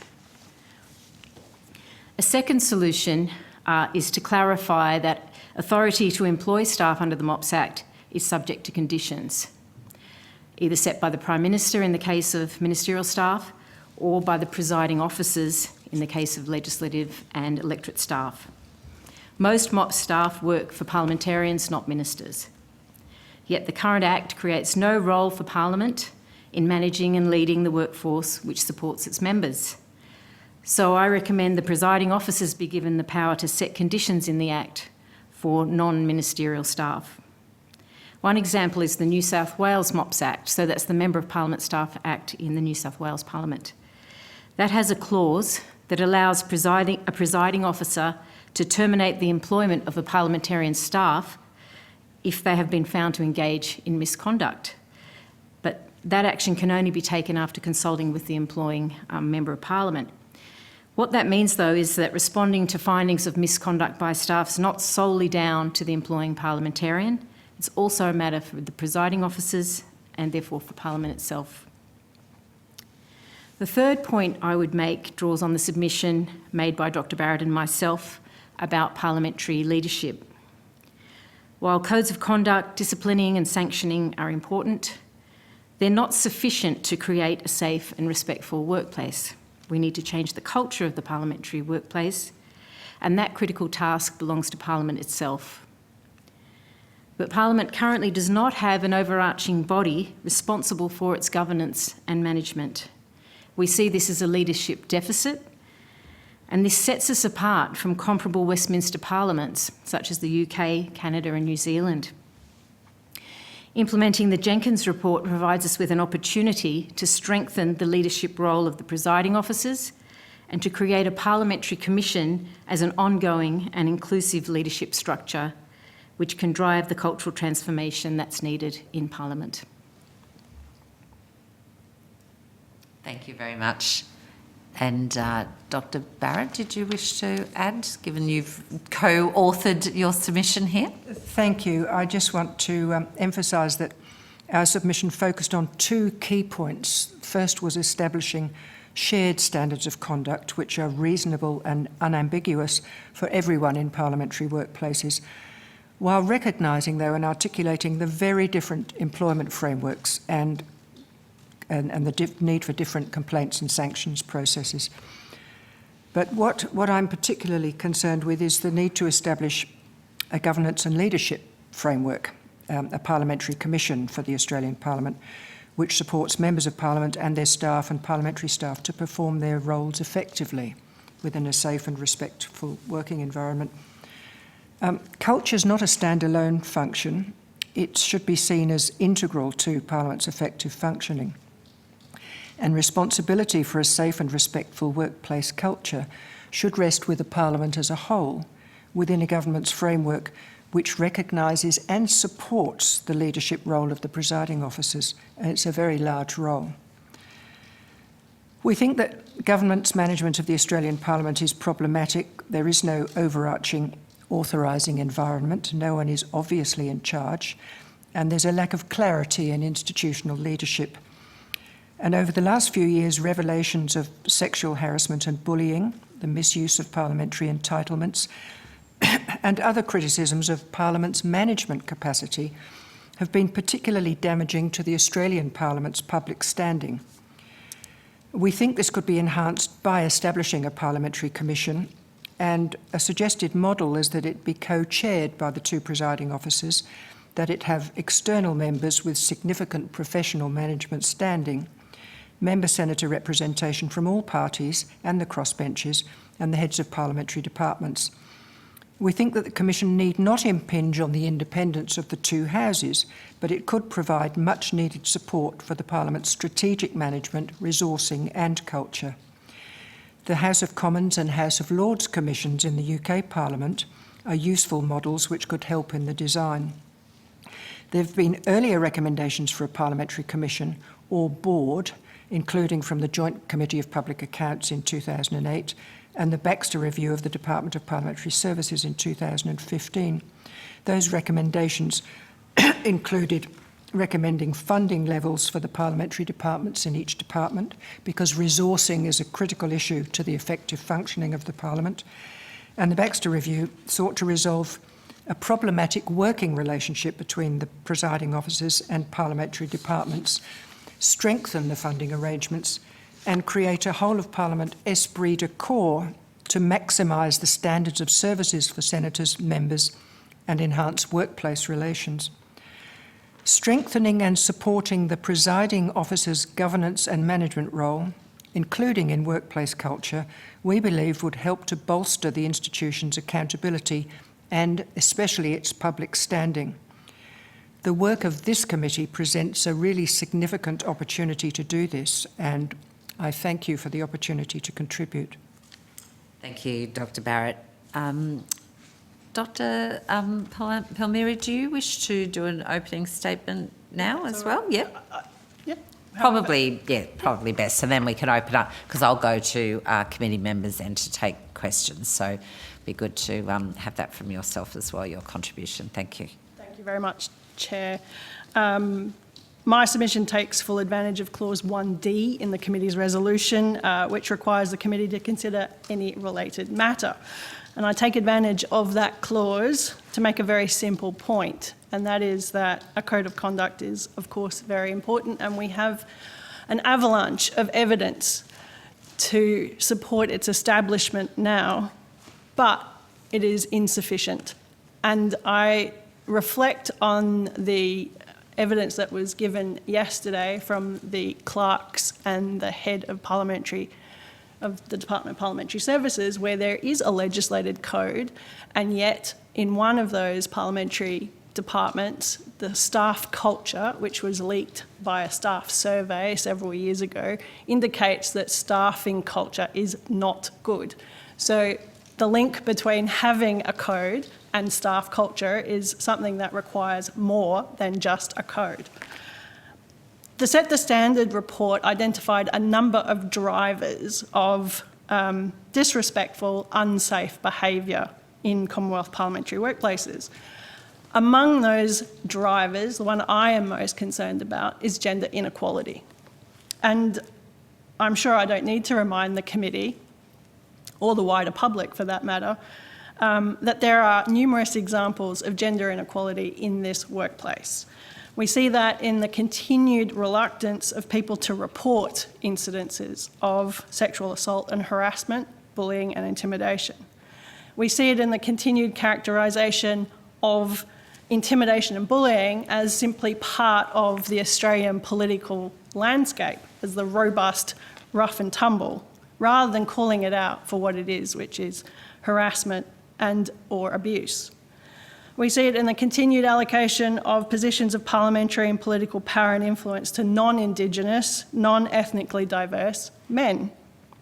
We see it in the continued normality of language that ascribes masculine characteristics to those positions of power, and the example of Deputy Speaker being referred to Mr. Speaker 28 times in a 10-minute speech recently is a very good example. We see it in the continued assumption that parliamentary rules, like standing orders, are gender neutral, when in fact they have serious gendered consequences. And we see it in the continued disregard for calls for gender mainstreaming and gender-responsive budgeting, both in government and in parliamentary processes. I'm known internationally as someone who has advanced a new international norm around gender-sensitive parliaments.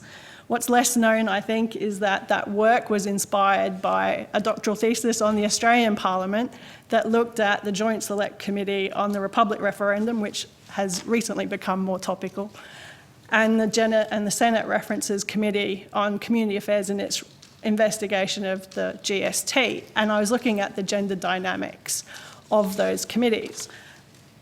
From that research, I know, of course, that party politics plays a fundamental role in constructing and deconstructing relationships, both within parties and between them. I'm not naive about this.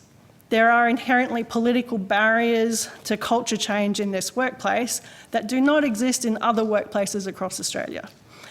But we know now that this can no longer be an excuse for inaction. And I think the solution has to be in the hands of the Parliament. While obviously taking evidence from outside the Parliament is important, I think that there is a role for the Parliament itself to reflect, to consult and within, and to deliberate. And there are now many tools by which the Parliament can do that have been produced by the Interparliamentary Union, the Commonwealth Parliamentary Association, the OECD and the OSCE. Whether it's a self-assessment process or an external audit, there are now processes that require parliaments around the world, and which parliaments have done, including the United Kingdom, to reflect on where there are gaps and where things can be improved. They require supportive parliamentary leadership, they require a diversity of participation, and I really do note that this committee, while it actually does have members who are men, they have not, as far as I've noticed, appeared before in these hearings to date. They require some gathering of evidence, they require some dedicated time, and ultimately they require acceptance and ownership of the findings. I'm happy to take some questions. Thank you.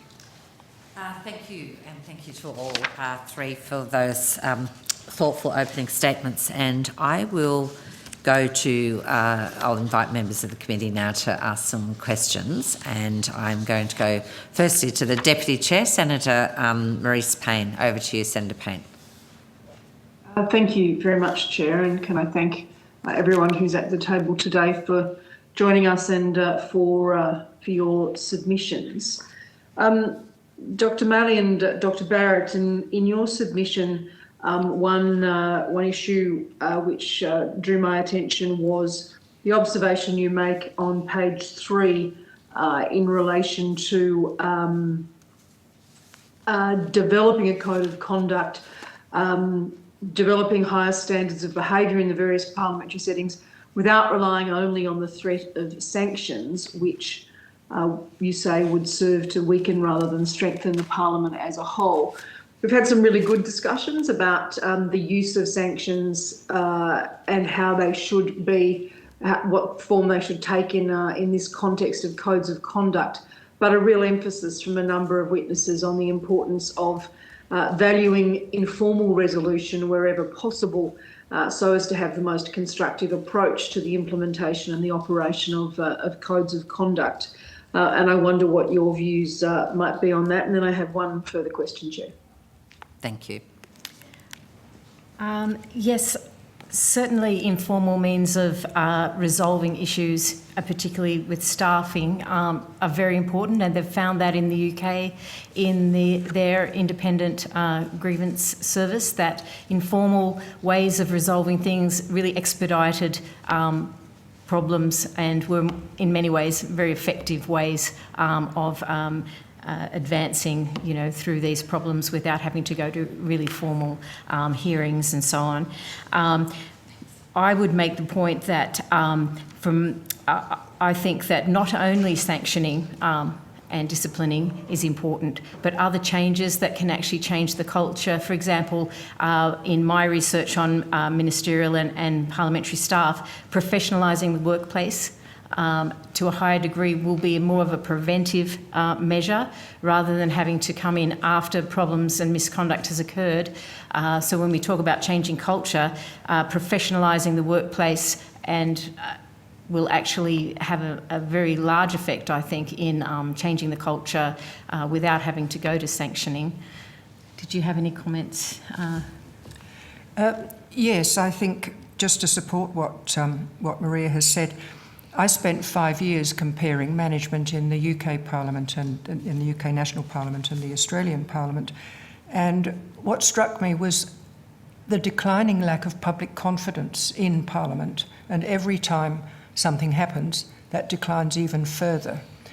And I think it's very important that whilst we do need sanctions, we can't rely on them totally, because every time there's another problem, even if a sanction is imposed, it just erodes further public trust. So I think we really need to focus first and foremost on improving behaviour and raising the standards of behaviour. It's really important to do that in conjunction with having effective enforcement procedures.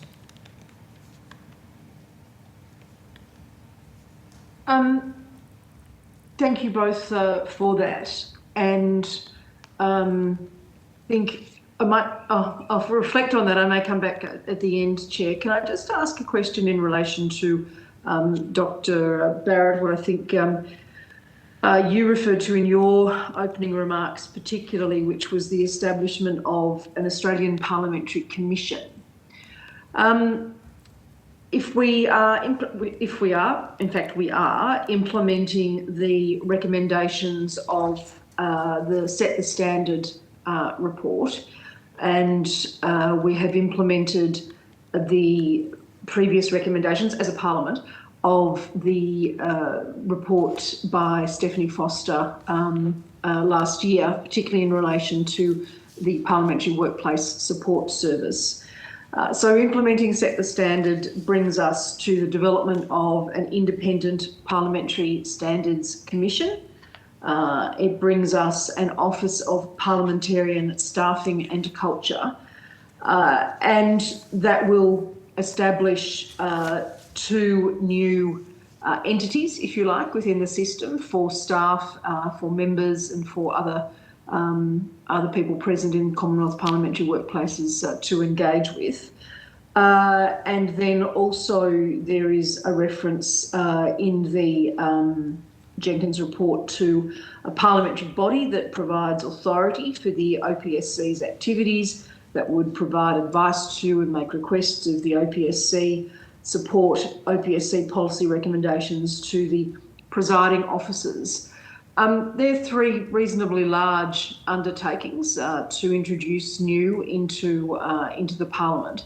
I would be concerned perhaps that then also pursuing an Australian Parliamentary Commission is creating another body without even giving the first bodies recommended in Set the Standard a chance to function, to operate and to very much hopefully be successful. Yes, I well understand what you're saying, and I first raised the idea of a parliamentary commission, and it's been raised before the Jenkins report. It's actually to give more support and resources to the presiding officers to carry out their very important management and governance role. And it really comes from my research in the UK. They have commissions for each of the House of Lords and the House of Commons. And it gives the presiding officers and the members of that commission a level of authority to be able to deal with the manifest issues involved in supporting a parliament. So it's not solely concerned with issues of workplace culture. However, I'm not proposing that the recommendations of the Jenkins Committee be substituted by an Australian Parliamentary Commission. I'm actually suggesting that in working on issues of workplace culture, that could be strengthened by cementing, perhaps the wrong word, the authority of the presiding officers and giving them the resources and the support they'll need to carry out this role. I wasn't anticipating that those other things wouldn't happen, but The OPSC, for example, I think the suggestion is that it will be set up under the MOPS Act, and it will be aimed primarily at staff employed under the MOPS Act. There is also, I think, some concern from within the Parliamentary Service that there are already processes and procedures in place which need to complement what's being set up. I think that a commission would just provide a coordinating role for the presiding officers to be seen to have the authority and jurisdiction across all of the issues involved in managing a parliament, of which workplace culture is a very important one. In terms of resourcing it, there are probably structures within the Parliament already that could be adapted, so we're not setting up a new body which would require much, much more time and would not sit easily with the other structures. I think they could work, I think they could complement each other and just bolster the presiding officer's authority. Thanks, Dr. Barrett. I appreciate your view. I think I tend more towards a process which enhances or bolsters, to use your word, or further cements the authority of the presiding officers in this regard as the heads of each of the chamber departments, if you like, rather than establishing a new commission. But that's a personal point of view. I'm sure other committee members will have a different view. Thank you both very much. Thank you, Chair. Thanks, Senator Payne, and I'll go to Senator Faruqi now. Thank you, Chair, and good afternoon, everyone. Thanks for coming in today. I might start with some questions for Dr. Parliamentary. In your submission, you state that Parliament as an institution needs to redress the historical and cultural normalization of white heterosexual older men as legitimate political actors. And I think you alluded to this in your opening statement as well. And your submission then focuses on gender equality and ensuring the participation of women in parliaments. But what I'm really interested in is how you think we can ensure that we aren't just replacing the dominance of white men with the combined dominance of white men and white women. How can we ensure an intersectional approach that does not exclude other groups at the advancement of one particular group of people? Thank you, Senator. It's an excellent question. And I think that the gender-sensitive parliaments norm has, in fact, embraced the concept of diversity-sensitive parliaments as a kind of an extension of that. I think the two work quite well together as complementary arms of essentially the same thing. We are all seeking to redress inequality, and the way in which political power in these particular workplaces minimises opportunities for a range of individuals who have been historically and culturally marginalised. So I don't see that these are exclusionary processes. I think I see them as symbiotic.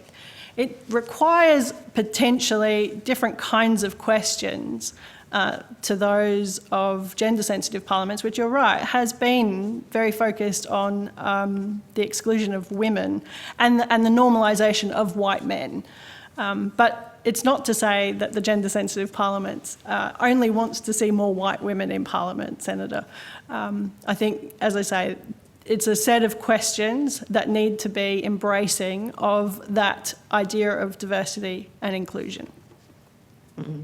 Well, it has to be consciously done, though. Just talking about gender equality, we've seen hasn't moved us anywhere. But I was also interested, Dr. Parliamentary, in what you said in your opening statement about the rough and tumble of politics. And having experienced it myself, and I know that many other women of color have as well, like unacceptable behavior like racism and sexism is often put to, oh, this is just politics, develop a thick skin kind of scenario. And I'm wondering if the code of conduct, and I know the code of conduct is only one tool for doing this, whether the code of conduct should have a positive responsibility on parliamentarians to call out such unacceptable behavior when they see it happening. I think it does, and I think that the language that you use in the Code of Conduct matters.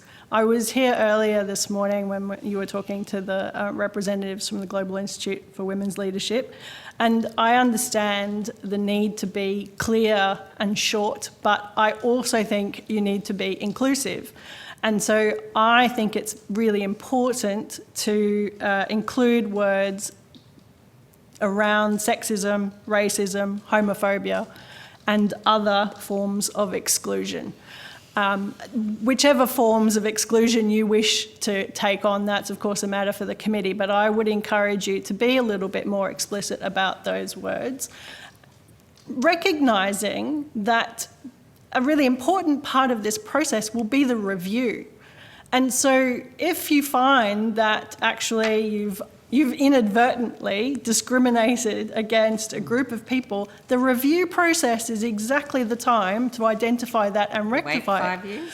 Well, that's again another matter for you, and I was interested in their response around the 5 years. I understand not aligning it to an election cycle makes sense, but you could do it every 2 years to avoid that.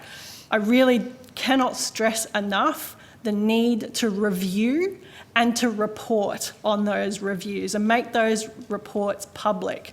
What I think we find time and time again, particularly in the diversity space, is that we are not collecting the right kinds of data, and we are making assumptions about the diversity of the staff, for example, based on kind of like percentages. Well, we understand around the world 15% of our population is disabled, so let's apply that in a kind of a broad brush way to the workplace. That's unacceptable. There are now really strong tools to collect that data in sensitive ways, and that should be used. Thank you so much for that. And Dr. Melly, if I could turn to you, and I know that you have done quite a bit of research into working conditions for women in ministerial offices and parliamentary workplaces more broadly. Did you make any findings about how intersecting forms of diversity, such as race and disability, impact the experiences of female staff, and that thus might be requiring different responses? And then how could a code be developed with an intersectional lens? Yes, people that I spoke to in my research talked a lot about being excluded. They were women, but also men as well. And what I found they often talked about was the professional workplace practices. So without open recruitment, it's very easy for people to be excluded. So some of the women I spoke to said they only heard that a job was vacant when they were told that one of their senior male colleagues had been tapped on the shoulder for that job. And they very much made the argument... Sorry, just a very quick one there. Were these women that you were speaking to, were they from marginalised and underrepresented groups? Some were, and some were not. So they had that general experience of being outside this sort of in-group that were giving each other jobs, and very strongly argued to me that open recruitment, formal processes where they could prove their merit would enable them to have opportunities as staffers to progress, but also if we had more formal processes and more professional processes, then we would welcome more people into that group of, into that workplace of a diverse background as well. So they very much spoke about being excluded by the more informal or less professional practices that they found in the offices. So I've argued strongly that we need to professionalise the workplace. Formal recruitment, duty statements, selection criteria, that will enable people with diverse backgrounds to come into that space and to thrive. And that's what I talked about, putting conditions upon MOPS employment. The conditions could be good employment practices, more formalised training, recruitment and so on. They very strongly said to me that would be a way forward to open up that space for them. And you, in your submission, as well as I think in your opening statement, you do talk about the Australian Parliament being a complex place, and it's hard to achieve anything without political will. So I guess once this accord is developed, what do you think is needed from the politicians themselves and political parties and leaders to make sure that that is a part of changing the culture? I think there are a number of things. Codes are very important in setting normative values, and this is where your work is so crucial. But it doesn't stop there. It's an ongoing, constant process to change the culture of a workplace. I think in terms of staffing, professionalising practices, very, very important. In some other parliaments, they have actually appointed directors of cultural transformation, so to actually have people working and it to be their remit to try and change the culture in an ongoing way. I think that's very important. As Dr. Palmieri said, tracking culture change, understanding how people are experiencing the workplace. Is that changing? Through regular anonymous surveys and other sort of data inputs. These are the very important and multifarious things that will have to happen in a very deliberate way to move the culture of Parliament. It's not something that will simply happen. It will take a big effort and a lot of leadership from all parliamentarians. And I'm sorry if you answered this question already. I missed the first part of Senator Payne's questioning, but your submission states that sanctions available for inappropriate behaviour may differ according to differences in status among those who work in the parliamentary environment. So could you just elaborate a bit on that to explain us what the different sanctions might be for the differences in status? And if you've already responded to it, that's fine. I think there can be a range of sanctions. I believe, first of all, sanctions are very important because it sends the message to complainants that actually something is going to happen, there is accountability, that there are consequences, because at the moment there aren't many consequences, and this was the overriding feeling I had in my research, that people thought, what's the point in complaining and taking that risk because nothing is going to happen. So sanctions are very important, but they could range in a staffing situation from an apology to someone required to do training, rearranging staffing arrangements, to more serious sanctions such as fines or someone actually losing their job. That's in a staffing environment. I think it's important that there are a range of sanctions to meet particular types of cases. Okay, thank you very much, and I'll hand it back to you, Chair, if there's time, and I'll ask a few more. Great, thanks very much. I think Ms Marino has left now, so I might just go to a few questions that I've had.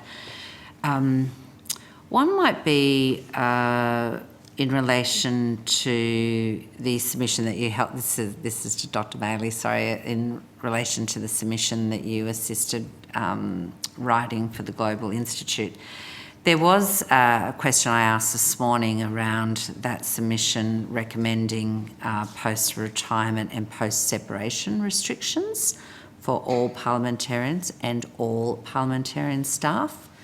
And I wondered how you saw that, given that most staff, especially, would not be privileged to inside information in the way that ministers and other senior ranking MPs might be. I think this is a really important issue, actually, and regulation of post-employment activities of political staff is actually an issue of strong concern right around the world at the moment.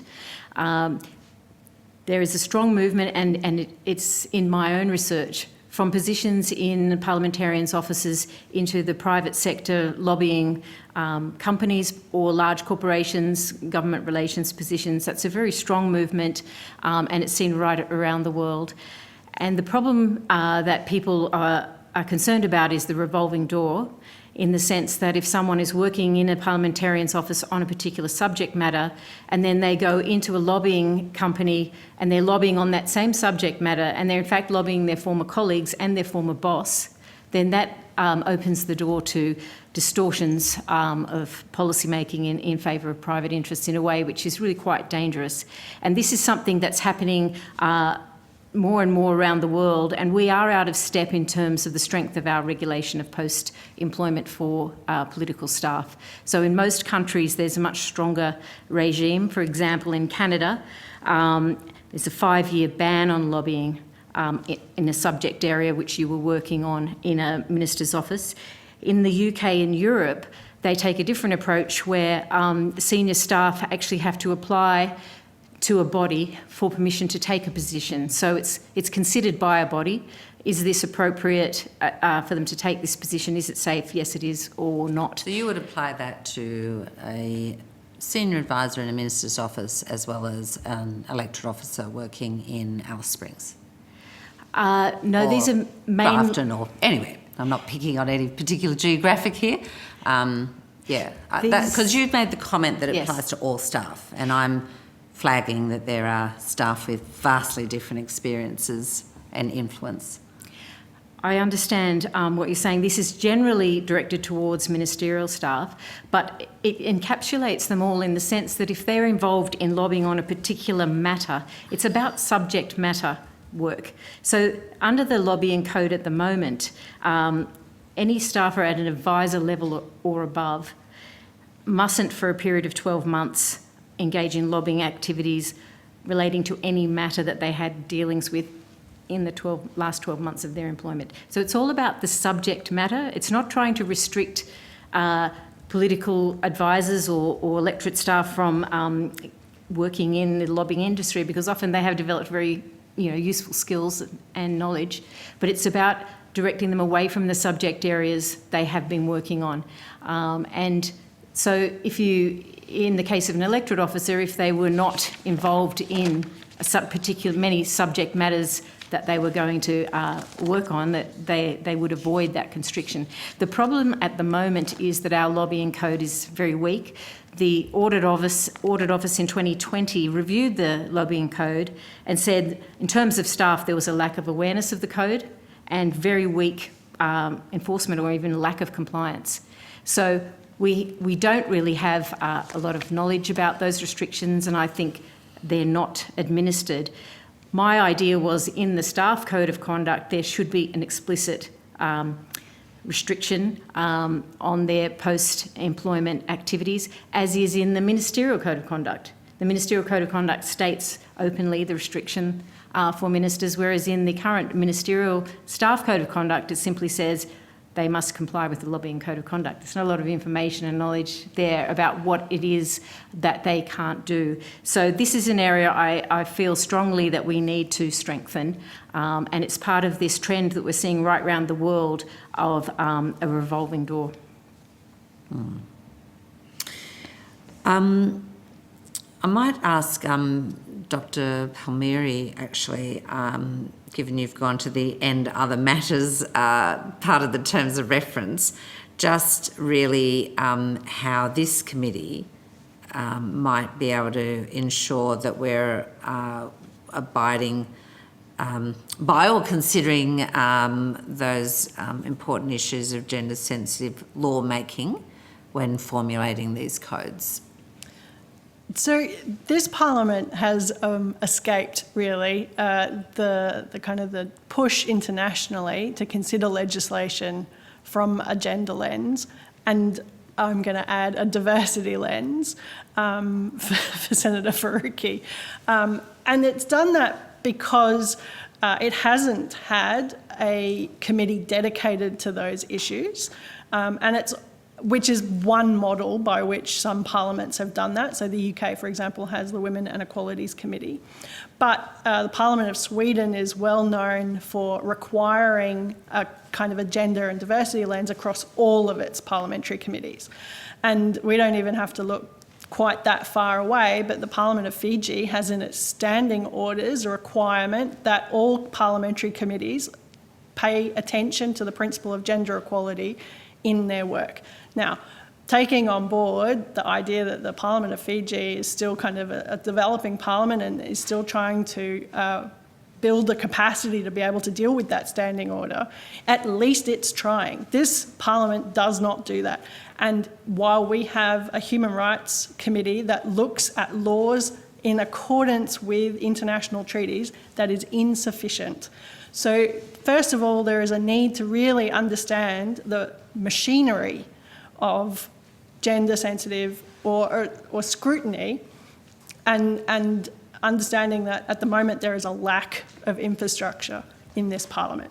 Secondly, it would be about creating capacity amongst the staff, the parliamentary staff, as well as the members, to ensure that when they are looking at legislation usually in a Senate References Committee, Senate Legislation Committee, but also other committees are looking at legislation. They're looking at what is the potential discrimination that might occur as a consequence of that legislation. And for that to be normalised, I'm quite convinced that the normalisation of these kinds of questions throughout parliamentary work would also normalise questions of inequality and questions of diversity. Yeah. You need to be forever vigilant, in my experience. And, we once led the world in gender-responsive budgeting processes and lost it. We did, Chair. There will be some important remedy of that occurring with the new government, but it's not just normalising practices, it's also thought around how to protect and scaffold those into the future, which is particularly challenging.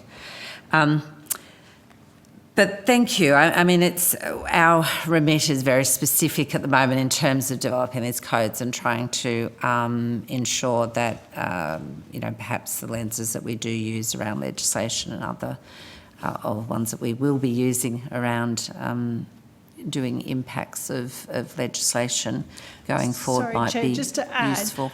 I understand that this is a select committee, and obviously its terms of reference are in a resolution that was passed in both houses. Yeah.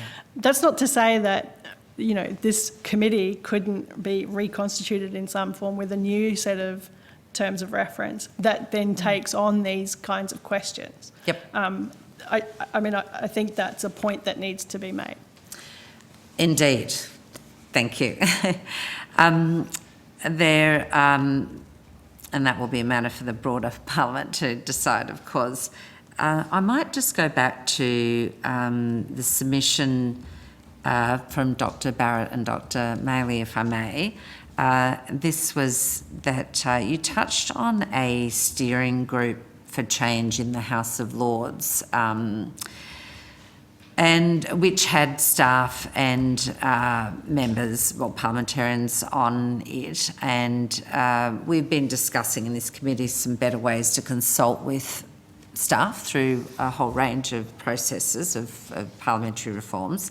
And of course, we have staff in literally hundreds and hundreds of Commonwealth workplaces.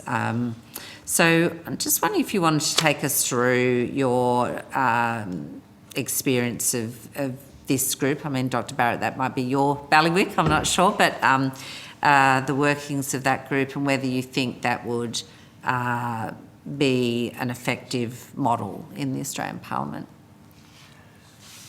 Well, when I was researching in the UK Parliament, I spent a lot of time looking at their governance structures, which consisted of the House of Commons Commission and the House of Lords Commission, and the House of Lords Commission tended to follow the changes in the House of Commons Commission. And after the Cox report was published, and even before that, the work that Sarah Childs had done and the work that the former Speaker was doing on inclusivity and so on, there seemed to be a movement through the commissions to deal with these culture change matters, and some of them were as a result of shocks. The Cox report was commissioned by the House of Commons Commission, and then following that, the House of Lords commissioned the Ellen Bogan report, and both of them did quite stridently criticise the culture in both houses. The steering group for change was after the time I spent researching, but I understand that there was a follow-up to the Ellen Bogan report, which was quite scathing about the culture in the House of Lords, and that was an external management review, and it made it quite clear that there were still management problems. It wasn't directed specifically at culture, but it was just the way the House of Lords service was managed. And the cultural issues, of course, were very prominent in that. So the steering group for change, I think, was set up, and it might be similar to the model for the Parliamentary Leadership Task Force, to actually look at how we could implement these changes.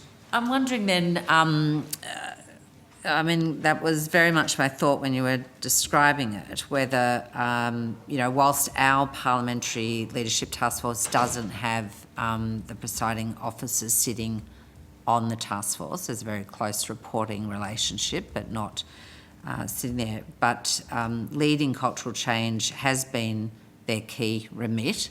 Rather, given your concerns that were flagged, as I understood them in the paper earlier, about, as establishing new bodies to then insert into an already complex kind of landscape, and one of the biggest issues that we get, particularly from staff, is just how, well, not just staff, but parliamentarians too, how difficult it is navigating and trying to figure out right doors for people now.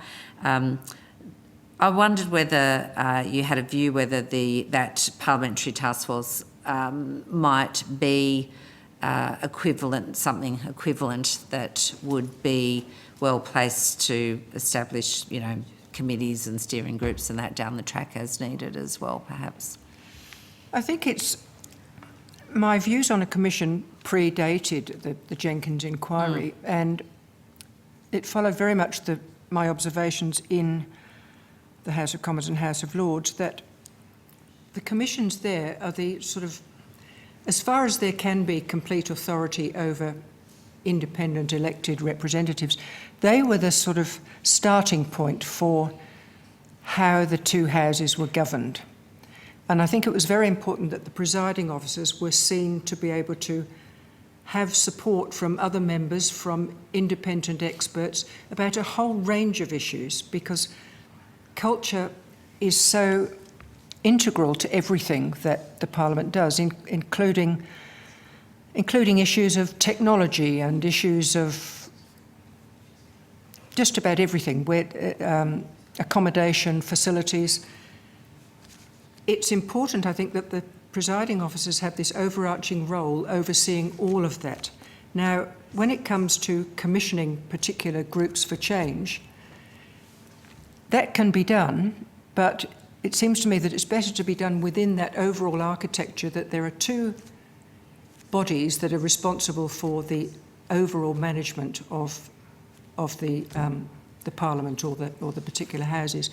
Now, they don't have complete authority, because if they make specific decisions, they sometimes have to then go to the House to be resolved. So they don't have the ultimate authority. The House has the ultimate authority. But I think when Maria and I discussed the task force, we felt that it was set up to implement the changes in the Jenkins report, and it would be very useful for there to be some ongoing authority that oversaw all the things that needed to be done, the progression, I suppose, of modern management in the two houses, including cultural things. The other issue too is that we've got these very disparate areas of members themselves, staff employed by them under the MOPS Act, and then the parliamentary service itself. And having the presiding officers having overall authority over whatever happens in the governance of the Parliament just would seem to help to bring those things together. Chair, could I add something there? I actually think it's very important that staff have a place at the table in these changes that are happening, and that really the Parliamentary Leadership Task Force should have representation of staff, in my view.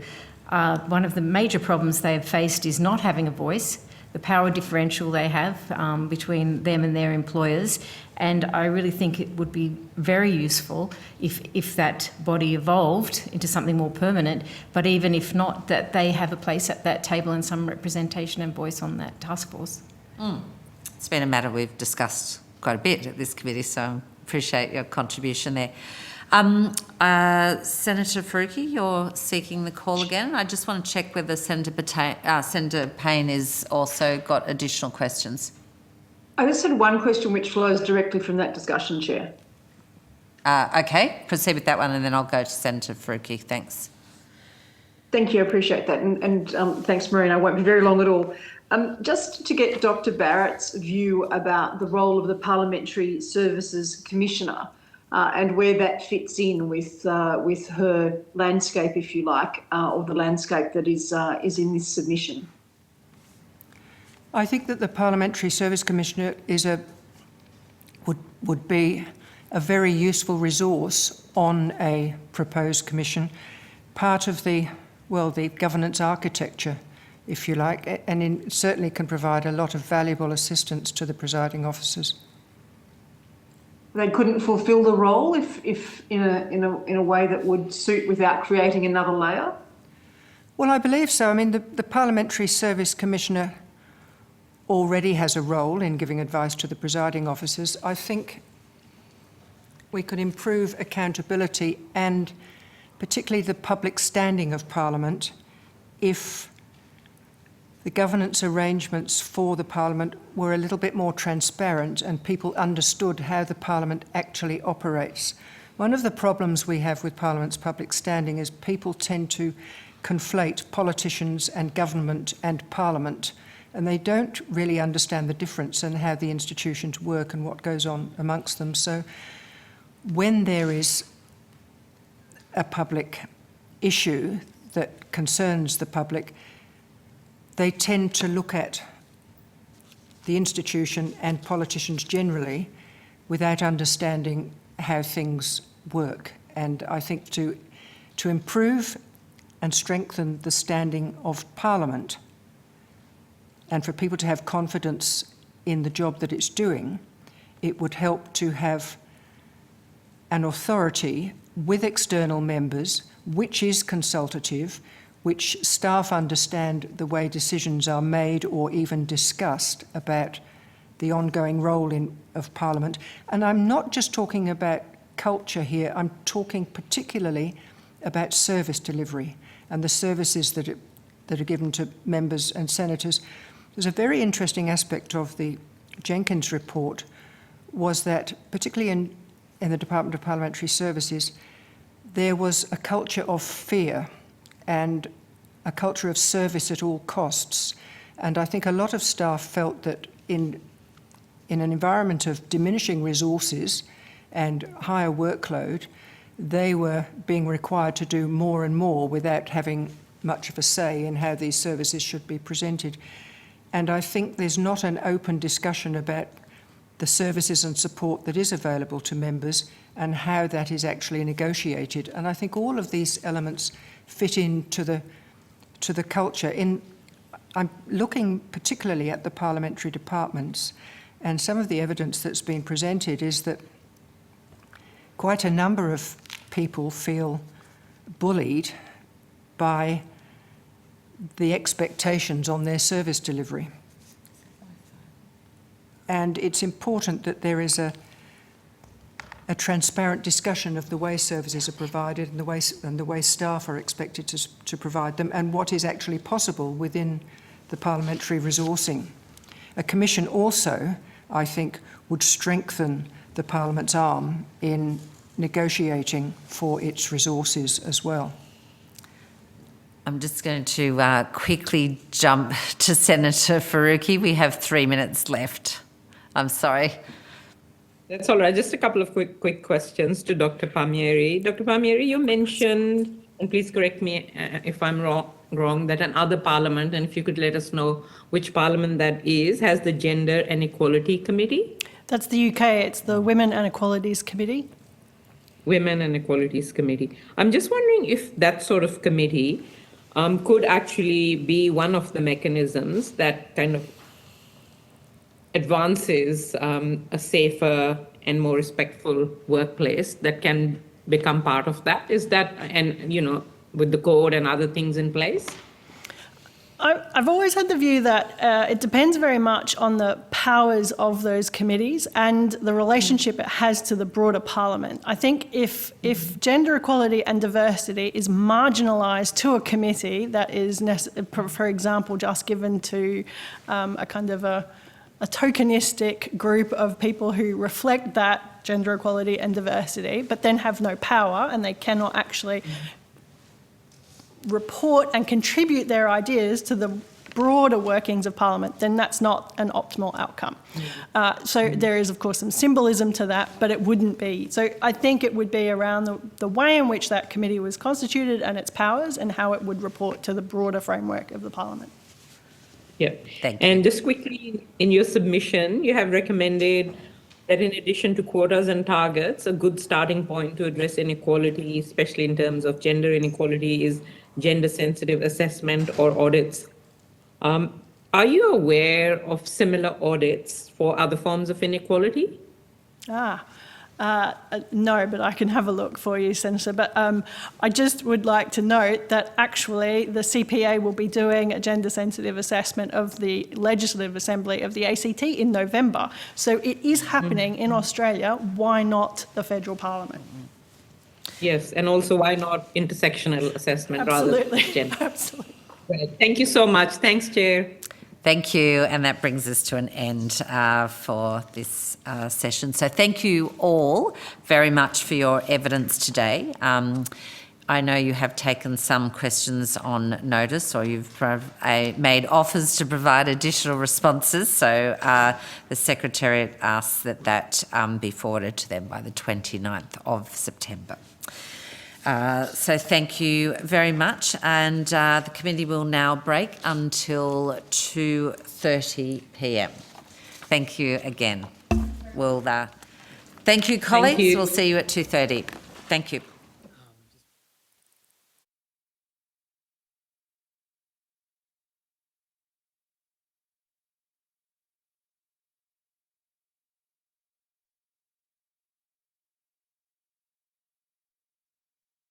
This afternoon. And I'm sorry, I'm looking sideways because from where I am, you're on panels to the side of me, not in front of me for some peculiar reason. But so bear with me. But I just wanted to check firstly, a big welcome to CPSU to our hearings today. And I understand that information on parliamentary privilege and the protection of witnesses giving evidence to this committee has been provided to you, so I'm just checking that's the case. Excellent, thank you. And so for the Hansard record, I'll ask you to state your full names and the capacity in which you're appearing before the committee today. And then I'll come back and invite you to make any opening statements and remarks. And then upon completion of that, I'll go back to committee members so they've got an opportunity to ask questions. Okay? Process clear? Thank you. So I'm not sure, Ms Donnelly, are you going to kick off first? Okay, excellent. I will, thank you, Chair. We'll start with just the formal introductions and then we'll go to remarks. Thank you. Melissa Donnelly, National Secretary of the Community and Public Sector Union. Thank you. And Ms Ryan, are you going to introduce yourself? Yes, hi. Rosemary Ryan, I'm Political Director of the Community and Public Sector Union. Great. And I'm sorry my eyesight is actually not good enough on the side screen. Thank you, Chair. It's Arundhati Tandell and I'm a Senior Industrial Officer at the Community and Public Sector Union. Tandell, is it? Ms Tandell. Great. Thank you. And I wanted to invite you to make an opening statement today. I'm not sure if each of you wish to do that, or are you working collaboratively through one person, or I'm in your hands. Fantastic. Thank you, Chair. We'll work collaboratively and I'll make a statement on our behalf. Thank you for the opportunity to appear before the committee. This is a really important committee and an important piece of work. The CPSU represents union members working in a range of functions in Commonwealth parliamentary workplaces, including members of Parliament's Act staff, staff working in the various parliamentary departments, as well as APS employees working in parliamentary workplaces like departmental liaison officers and Comcar drivers. We have, over a number of years, been closely engaged with and advocated on behalf of our members on a range of workplace issues in parliamentary workplaces, and the contribution we make today is based on the feedback and input of those members. Parliamentary workplaces are high-pressure work environments with competing priorities and the potential for long working hours and travel. Parliamentarians, MOP staff and employees in other parliamentary workplaces work extremely hard, are dedicated to their jobs and undertake important work in the national interest. Parliament is, of course, as well, a workplace, and a unique workplace at that brings certain risks for those working in this environment. It's for these reasons that the CPSU supports the implementation of codes and standards of conduct as recommended by the Jenkins report. Codes of conduct are, of course, commonplace across many Australian workplaces and other organisations and a feature of many other parliaments. They can be useful in articulating clear expectations around workplace behaviour. Parliamentary workplaces often feature significant power imbalances and precarity of employment for MOP staff. Having clear expectations about behaviour in this setting is therefore particularly important. And in the absence of a clear statement or code on workplace behaviours, problematic behaviours and cultures can thrive. The codes should cover respectful workplace behaviours, treating others with respect and without harassment, providing a safe working environment, respect and value for diversity and inclusion, as well as a prohibition on bullying, sexual harassment and workplace discrimination. I note, however, that establishing a code of conduct is not in and of itself going to be enough to address in full workplace culture issues. The codes must be supported by meaningful and effective training, policies and communications, particularly for parliamentarians, MOPS Act employees and other parliamentary employees. This needs to be part of the induction processes with training tailored for the responsibilities of the role the individual in question occupies. There should also be appropriate review mechanisms within the first 18 months of implementation to consider how the code and various support and enforcement mechanisms are working. In addition to these broad comments, from our perspective, there are a range of specific issues that also need to be considered by the committee. Firstly, on the question of enforceability, this is a significant one and an area of concern for many staff. Obviously, for MOPS Act employees and potentially for other parliamentary workers engaged in an employment relationship, enforcement could occur within the context of the employment relationship. The Jenkins report makes recommendations about the enforcement mechanisms in the case of misconduct by a parliamentarian. However, there are concerns that a code could be more likely enforced against a staff member than against a parliamentarian. And there could be greater accountability against staff members as compared to parliamentarians. This is even more vexed when you consider situations where a staff member may be acting on the instructions of their employing parliamentarian or an MP or senator. For example, parliamentarians may delegate hiring and firing powers to senior staff or office managers and direct them in what action to take in relation to that staff member. If that conduct resulted in a complaint or problematic behaviour in accordance with the code, would it be the office manager or senior staff member or the parliamentarian held responsible? Similarly, a staff member will commonly book travel for their parliamentarian as directed. If a booking is deemed inappropriate use of resources, is it the staff member or the parliamentarian held accountable? It also has impacts on other staff in parliamentary workplaces. Parliamentary library staff could be directed to compile a report, which there are then concerns about, for example, in terms of its use of resources, or secretariat staff acting at the direction of a committee chair. It would be a perverse outcome and not consistent with the intention of the Jenkins report for MOPS and parliamentary department staff to face greater accountability and consequences than parliamentarians. Therefore, in considering the code, as well as the parliamentary enforcement mechanisms recommended by the Jenkins report, the committee should consider how it gives confidence to staff and the public about consistency in application and outcomes for instances of misconduct. The second specific issue I'd like to raise is about the intersection with existing codes.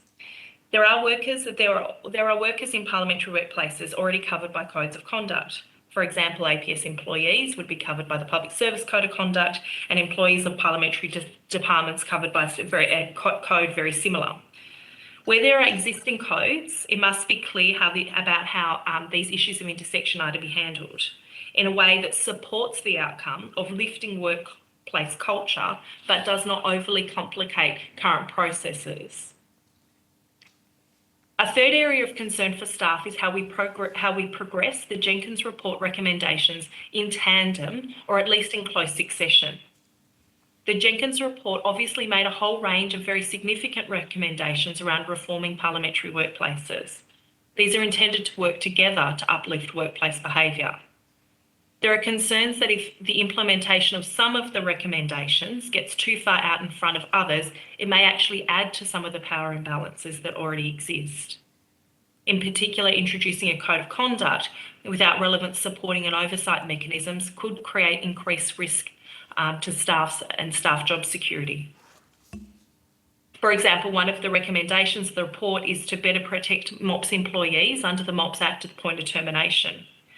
If these protections are not implemented at the same time as a code, it may leave staff in a worse position or a more precarious position. Similarly, the issue of the enforcement of the code for parliamentarians requires the standing up of new parliamentary institutions. So if a code was established without that work being done, or being done to the standard recommended by the report, it would erode confidence. The final point I wish to make an opening is around the importance of consultation and the engagement of staff views and perspectives.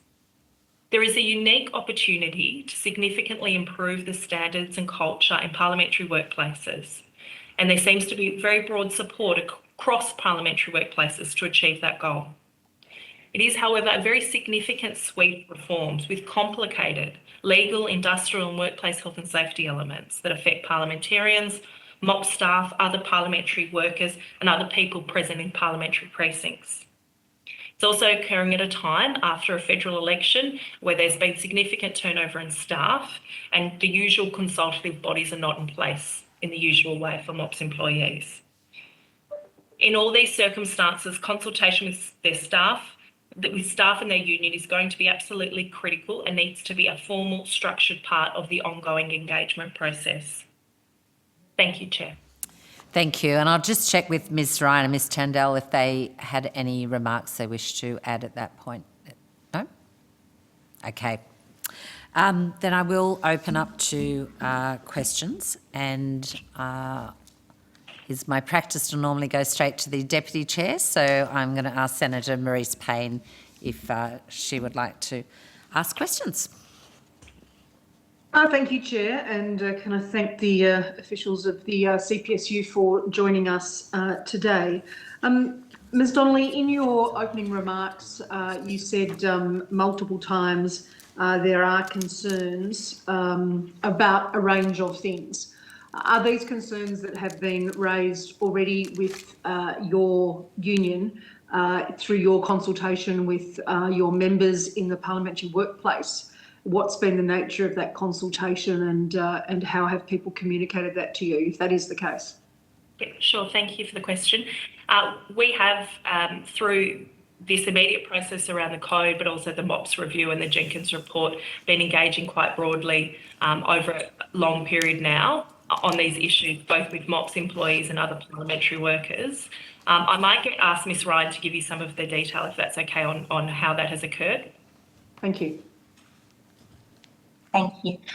Yes, we have. So over the course, in the lead up to throughout the Jenkins review process and the report, and now this process in terms of drafting of codes of conduct, we've held member meetings, we've engaged with our delegates, our workplace health and safety representatives. We've gone workplace to workplace out in lecturers' offices in Parliament House. We've surveyed our members at particular points in time as well. So we've received a significant amount of direct feedback around these matters over the last period.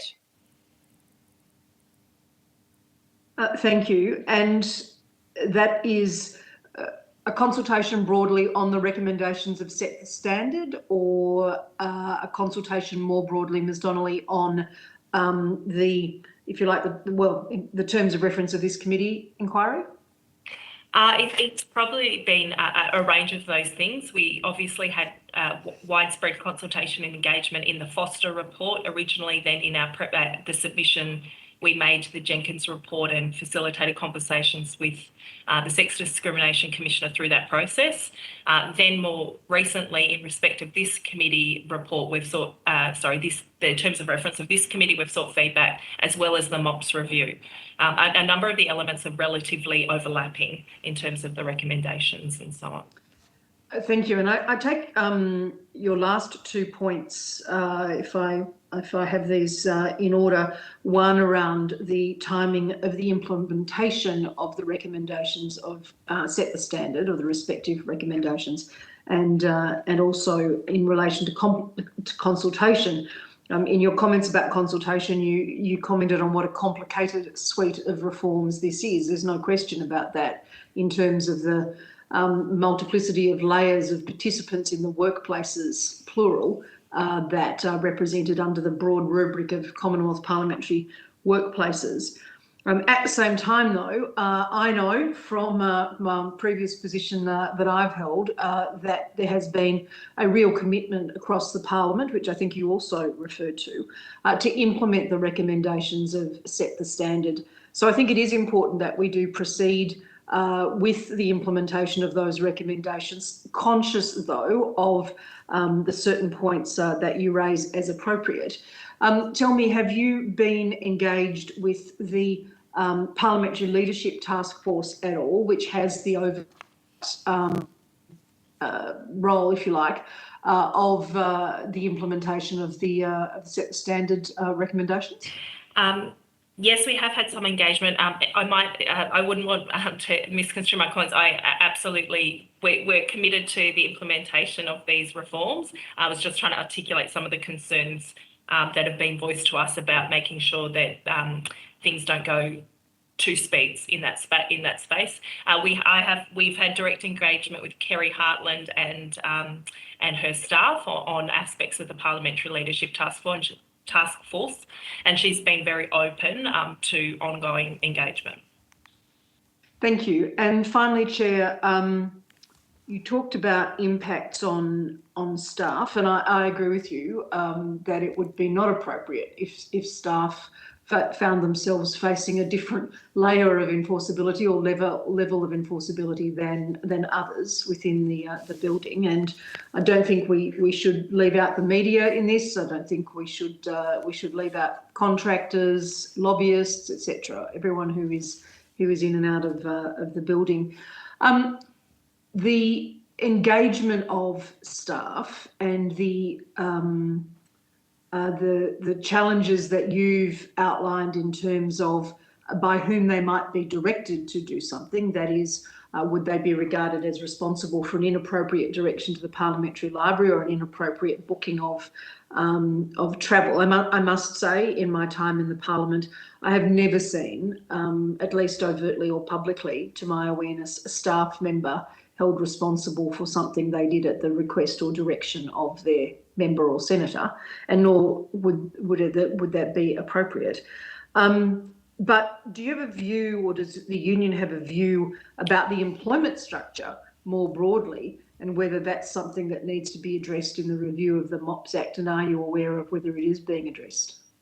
Thank you for the question. So we have made a submission to the MOPS Act review and have had meetings with the Department of Prime Minister and Cabinet in respect of that. The nature of the relationship for MOPS staff does have a degree of precarity much greater than other employment relationships, and we do think that recommendations in the Set the Standard report are important ways to start to address that. So we would, we have participated in that review and we'll continue to participate in that MOPS review. And we think there are important ways that outcomes for staff and for the Parliament as a whole can be achieved through that process.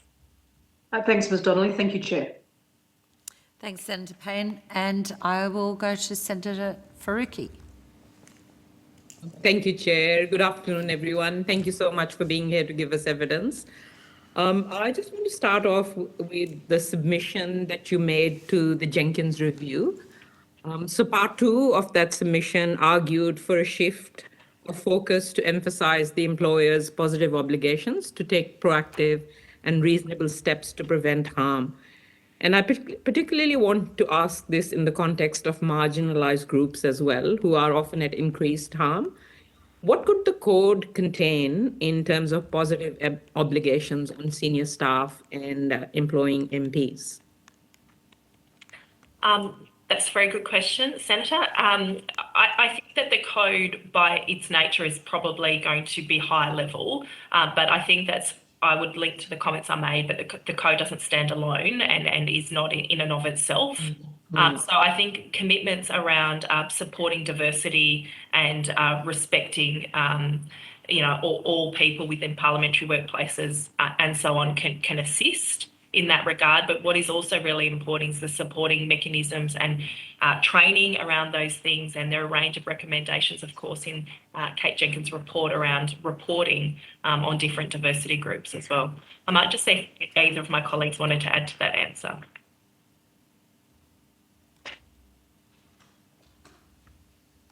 I was just thinking, with respect to the code, could things like, placing a positive duty in terms of calling out, for example, racism or sexism or disability discrimination, those sorts of things, if they become apparent in a concise code, which they still could, that would place a positive proactive obligation on people and a clear understanding of, how things can change. Would something like that be useful from your perspective? Yeah, I think it would, Senator. I think that it goes to the kind of standard in the workplace, which parliamentary workplaces are workplaces that employees would hope to have in terms of a safe and respectful environment. We've heard from a few people over the last 2 days, and some have made submissions as well on how the code should actually be developed through an intersectional lens. And I know that in your 2022 report, which was titled What Women Want, which was a survey of women in the workplace about the type of discrimination that they experienced, it was found that 16% of women had experienced discrimination based on race and ethnicity. And women who identified as Aboriginal or Torres Strait Islander were more likely to say that they had experienced discrimination. So given, and these are, I guess, alarming findings, but we all know that this goes on. What do you think the codes should particularly contain in that intersectional context to protect workers who are, who have these layers of discrimination? I think that part of it is about a safe and respectful workplace, and what that means for different workers who face different risk categories has implications. And that definitely, those intersectional issues to which you speak, have always come through in all the work we've ever done in this space. It's unfortunate, but a reality. And understanding how to provide a safe and respectful workplace also needs to be cognizant of the employee in that workplace and what that means for them. Mm-hmm. And your submission, and I'm talking to your submission to the Jenkins review, it also talks about, initiatives to address discrimination can be met with hostility or passive resistance. And we have seen from the Jenkins review that the very few people of color in Parliament have kind of reported back and said that when they raise issues of racism, it is often met by aggression. There's an aggressive response to those. So given that, and given that you've talked about training as a real support mechanism for these codes to be successful, what do you think the lead parliamentary leaders, and I'm talking about leaders in terms of staff as well as politicians, what can they do to ensure that the training actually addresses these issues? So, when I talk about training, I know that there is some training that exists, but there isn't specific training like anti-racism or First Nations cultural awareness training or disability discrimination training. Do you think those sorts of training would really be helpful in moving us forward and making the workplace safe? I think they absolutely would, and Ms. Ryan has been involved in this issue directly, so I might ask her to provide some more detail. Thank you. Yes, thanks, Senator. That's a really good question. Absolutely, that type of training would be really useful, and not only in how staff and parliamentarians are interacting with each other, but also in how they interact with the community, often in sort of frontline roles, dealing with a diverse set of groups. And I think we have seen so far, feedback around what training has been developed and provided as a result of the Jenkins report around safe workplaces, and it be welcomed that training be provided, but some of the content really needing review, and perhaps the provider needing review. So any training coming through, also making sure that there are mechanisms for staff feedback and to really go back to the drawing board and make sure that we get that right as well. I'd also just note in relation to I suppose, yes, the code of conduct does need to be high level.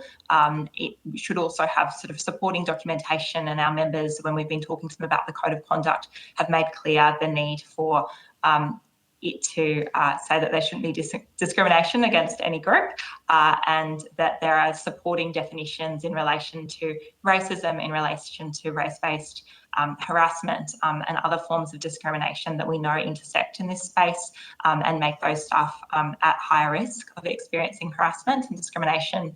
The final thing I'd say is there is recommendations through that Set the Standard report in terms of diversity in representation and in hiring.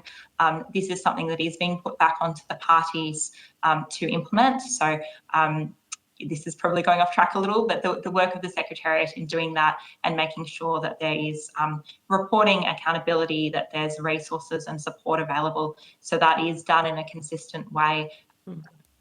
Also, those representatives that aren't necessarily from major parties or independents as well, and how that works in those spaces. Thank you, Ms. Ryan. I mean, from where I sit, the forms of discrimination that you have mentioned are often the ones that are neglected, and there's no reason why they shouldn't be identified in the code. And a few people have supported that. But just my last question from me, because I know the chair also wants to ask some questions. As you know, Commonwealth workplaces are very high pressure environments and long irregular hours, I guess an unhealthy prevalence of alcohol within the workplace, and a requirement of unquestioning loyalty from staff as well. So I guess to what extent can the codes be used to mitigate these risks? I think a clear articulation that is accepted by all people in parliamentary, in Parliament House and parliamentary workplaces about standards of behaviour that are acceptable, and there being consequences and accountability where it's not, is a very good starting point. Some of the issues you speak to, Senator, are obviously broader workplace culture issues as well, and it is incumbent, I think, on all parties and sorry, I don't mean in political parties, but all participants and people who have influence within these workplaces to address those kind of pressures that can make this a less safe workplace than it should be. Thank you, Chair. I'll hand over to you, and if there's time. As always, Senator Faruqi, happy to assist if there's time. I'll come back. I will just check. I know Ms. Marino has joined us, and I can't see her, but if you can hear me and you have a question, jump in now. I do, thanks, Chair. Great, okay. Can you hear me now, Chair? I can hear you now, and I'll just, so this is Ms. Marino. Over to you. Yeah, thank you. Thank you. Look, thank you both for all of you sitting there for your presentation. And I apologise if you've covered this prior, but when you're looking at a code from the staff's point of view, would it be of more or greater use for there to be a consistent code across both the Senate and the House of Representatives, please? Just to clarify that question, if I may, in terms of how it applies to MOP staff or parliamentarians, or? Across the board. When you look at the role that the staff support and the roles within the Parliament, and you look at this across the board, would that be a more useful, practical approach? Yeah, okay, thank you for the question. So I think our view on this has been that the approach of the Set the Standard report in recommending differing codes, both for parliamentarians and obviously for MOPS Act employees and other participants in parliamentary precincts, is probably the correct one. The reason we have formed that view and the feedback we have had is that having those differing levels of codes allows for greater specificity for the different groups who have different expectations, different accountability mechanisms, and different responsibilities in their roles and what they're undertaking. Right. So from that, the answer is no. From what if I'm reading you correctly. So, given that one of the approaches that we heard, or one of the submissions that we heard from the Sex Discrimination Commissioner was very much around the need for clarity and consistency through the code, I'd be interested in your comments around the clarity and consistency piece, please. Yeah. So in terms of the clarity piece, I think we would see that as a design principle in drafting a code. And consistency, in terms of consistency, I guess it is one of those, sorry, I'll start again. In terms of consistency, we would see it as important to have consistent application of the codes and outcomes, but a differing code allows for greater visibility and recognition of the different participants in the parliamentary workplace face different standards and different responsibilities. So I guess we would see consistency as an important overall objective, but that doesn't mean that the respective codes are verbatim. Right. Thank you, Chair. That's my question. Thanks, Ms Marino. As my other colleagues have said, it's great to be able to have some insight into the views of your membership and more broadly the consultations that you've been doing in Parliament. There have been some staff have identified that they. I'm interested whether staff have identified to you rather.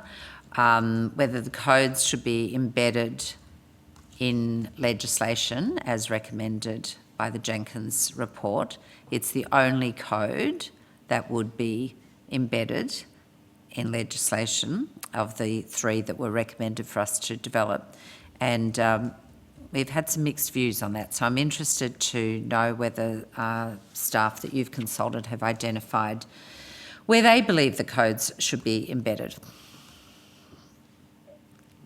I might ask Ms Tandell to answer this, if that's okay. Of course.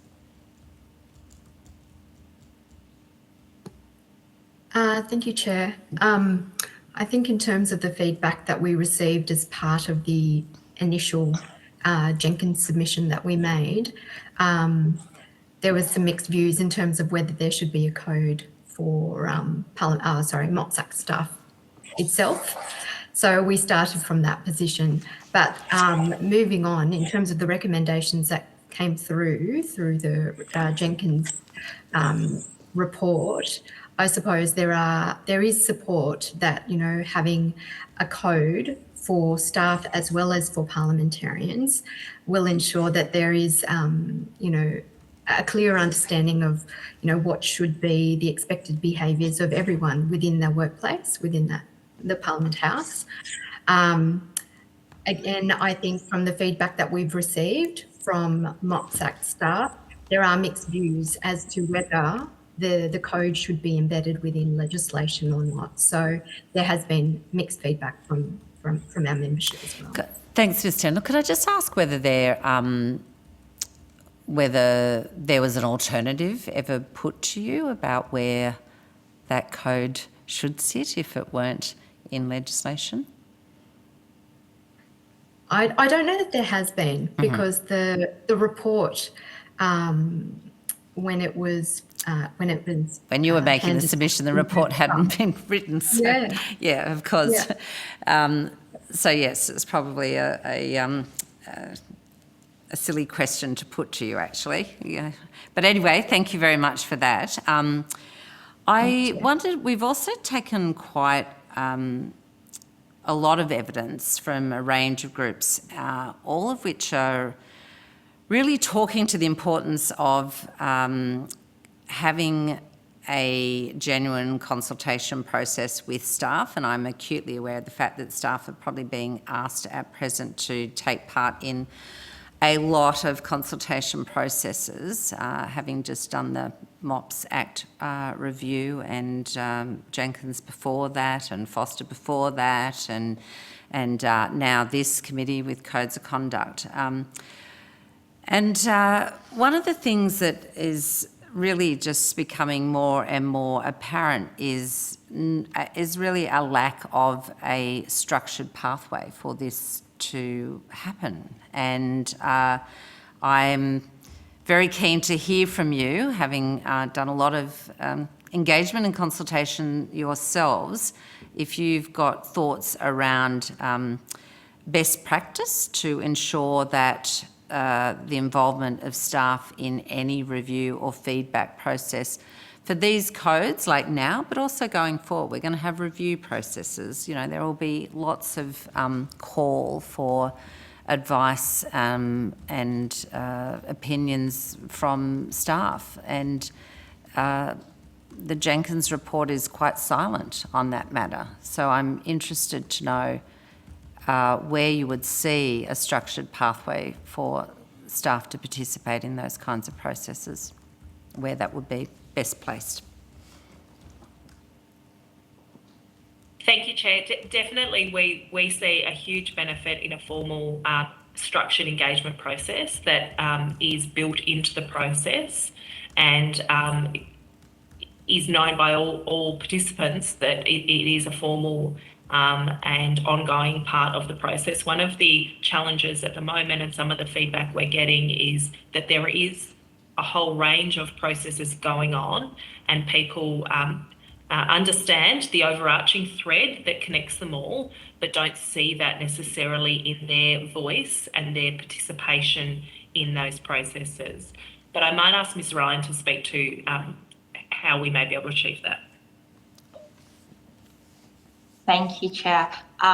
So there have been, this is the most consistent issue raised with us at the moment.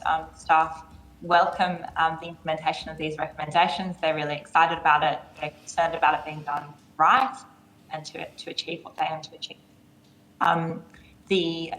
The recommendations set out in Set the Standard do not really have an inbuilt consultation mechanism for staff and their unions that is really adequate, to be honest. There is the obviously the Parliamentary Leadership Task Force, which is made up of parliamentarians, and then there's the implementation group underneath that, with people from various departments also observing that, but there's no place in there for staff representation, for union representation through that, which does mean that there's not kind of consistent engagement happening. I know the employee consultative group and workplace health and safety bodies of each of the different parliamentary workplaces are meant to be engaged in this process. For MOPS Act staff, that's been particularly inefficient, given that they have been not reformed since the new government, so there is no representative group there to engage with, and any consultation has been quite patchy because of that. So I think either sort of a seat at the table in terms of the implementation group or another body set up in terms with frequent consultation with staff and union representation on it that cuts across parliamentary workplaces is really necessary for this period. Going forward, the gap that was really clear through the review process and right now is that it's really hard. These are workplace health and safety issues. There is no overarching workplace health and safety body across parliamentary workplaces. And I know there is work to be done in that space, and I think there's opportunity for reform there, but that is a major gap at the moment. Those things take time, but I think there's real need there, and particularly as you say, going forward as we review the implementation of these recommendations, there need to be better structures in place. So yes, I think at the moment, looking at what that implementation group looks like, or a structure to the side of that is frequently engaged with in the nuts and bolts of what is happening, and going at things like an overarching workplace health and safety committee. One final thing I'd say is a lot of these things are quite dry, quite technical, and quite theoretical. So in getting staff to engage, quite difficult for people to understand what feedback, how it impacts them. So once there is a draft set of recommendations or a draft document, having that be consulted on as well, so people can have tangible feedback to something which is a bit more meaningful and they can really look at the detail of, will be really beneficial. Thank you. And I know it's an issue that the committee is, putting our mind to in terms of ways to improve our reach out to staff into all of the Commonwealth workplaces, not just here in Canberra, of course. So we will be we will offer as a number of touch points, I think. So in addition to the written submission process, an online survey process, and ideally some focused discussions as well. So thank you very much for that. I know we've got very little time, and I had a whole bunch of other questions. One around whether or not, I'll cut it to this, in terms of the training and educative kind of components that will be required, not just to, ensure that a code of practice becomes part of people's daily practice, but we are on a journey of cultural change, which is a much larger project of reforms. And so how, it's been put a need for some quite bespoke training for staff that is very, very focused on staff needs and also, frankly, parliamentarians and other people here that have got... I'm just wondering about your experience of those training programs being provided to date and how we might do better, and also whether you have any feedback about staff engagements with the newly expanded service of the PWSS. Thank you.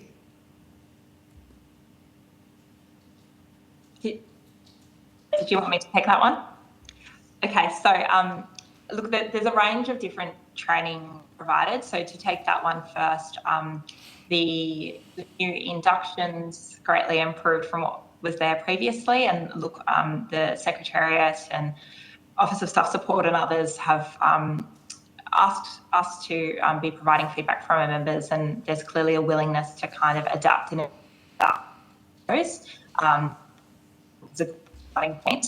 The Safe and Respectful Workplaces training that I think was first provided last year, and again provided more recently, we've had a lot of concerned feedback about, not trauma-informed, best of intentions, but actually getting a group of staffers into a training and then asking them to do things like rank the severity of different examples given to them in terms of how serious that sexual harassment or bullying might be, is really not a trauma-informed approach, can be quite harmful. So just as an example, I think there have been concerns raised both in terms of the content and the selection of provider as well. I believe it's sort of one of the big four giving that. So I think definitely in relation to safe and respectful workplaces training and any other training that might be provided, there's a need to relook at that, take staff feedback and look at both provider and content to make sure that the training is doing its job. And I think, Senator Faruqi has raised options for other training that would be really beneficial as well. There is definitely a need for tailored training depending on role. So there should be training that is compulsory for all staff. If you don't make it compulsory, then it's only the staff that probably need it the least that go along.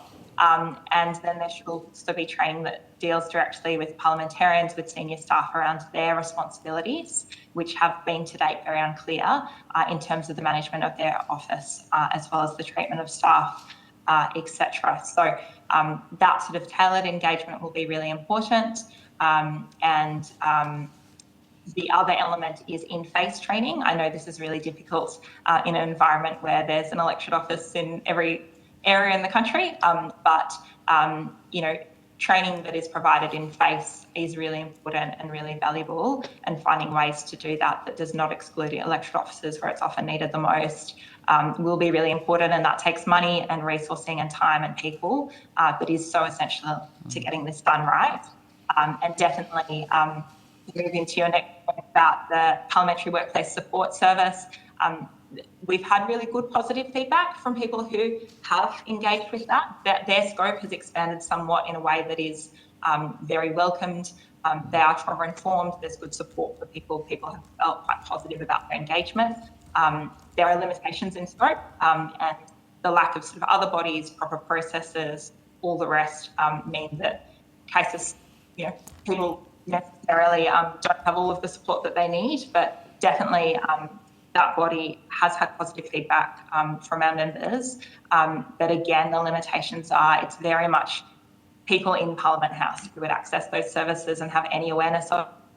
And once you get talking to staff out of elected offices, they barely know it exists and definitely don't access it as often. So I think there's a real sort of resourcing and scope question there in terms of where they go to next. Yep. Thank you, and I know I've exhausted our time. Senator Faruqi might want to put some questions on notice if she's got some. I know she mentioned she might have some additional questions. Sorry about that. But enormous thanks to each of you for your contributions today. It's been really helpful in our committee's deliberations, and we will look forward to an ongoing conversation, I'm sure. Thank you very much. Thank you. Thank you. So I should have just mentioned, sorry, if you had been asked to provide some responses, please get those through to the Secretariat by the 29th of September. That was my error there. And I know that I think you are intending to make a written submission, is that correct? We will, Chair. We will submit that by the end of the week. Excellent. All right. Look forward to that. Thank you very much. And the committee will now break until 3:30 p.m. Thank you.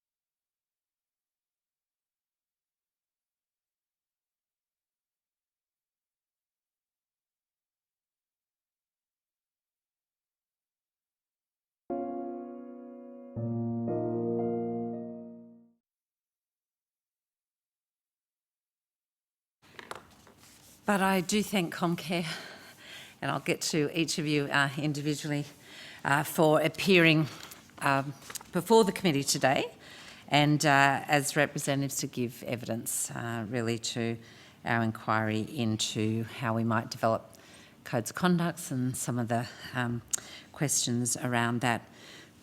So the Senate has resolved that an officer of a department of the Commonwealth should not be asked to give opinions on matters of policy, and the officers giving evidence in this session shall be given reasonable opportunity to refer questions asked of them to the relevant minister if needed. This resolution does not preclude questions asking for explanations of policies or factual questions about when and how policies were adopted. I understand that information regarding parliamentary privilege and the protection of witnesses giving evidence to parliamentary committees like this has been provided to you. Excellent. So for the Hansard record, will you please state your full names and the capacity in which you appear today? And then I'll come back for opening statements. So just the introductions for now. Thank you, Chair. Aaron Hughes, I'm the Acting Chief Executive Officer of Comcare. Thank you. Thank you, Chair. Louise Close, Acting General Manager of Comcare's Legal Group. Thank you. And Chair Justin Napier, General Manager, Regulatory Operations Group, Comcare. Terrific, thank you. I now will invite you to make a short opening statement, and at the conclusion of any remarks, I'll invite members of the committee to ask questions. So please present your statements in whichever, I'm not sure if you're doing one each or one single. Okay, excellent. And is that you, Mr. Hughes? It is, Chair, thank you. Excellent. Can I invite you to make your statement now then? Thank you. I thank the committee for inviting Comcare to appear today, Chair. Comcare is the National Work Health and Safety Regulator and Workers' Compensation Authority. Comcare has education, monitoring and compliance and enforcement functions under the WHS Act. Our jurisdiction under the WHS Act includes Commonwealth Parliamentary workplaces. Comcare is also the Workers' Compensation Insurer and Claims Manager for Members of Parliament Staff Act employees, as well as parliamentarians under the Parliamentary Injury Compensation Scheme. Comcare has provided a submission to help inform the committee on the Work Health and Safety Framework in parliamentary workplaces and how the framework might interact with any codes of conduct. In this submission, Comcare supported and made recommendations about the content of codes of conduct for parliamentary workplaces, and that implementation should be supported by training.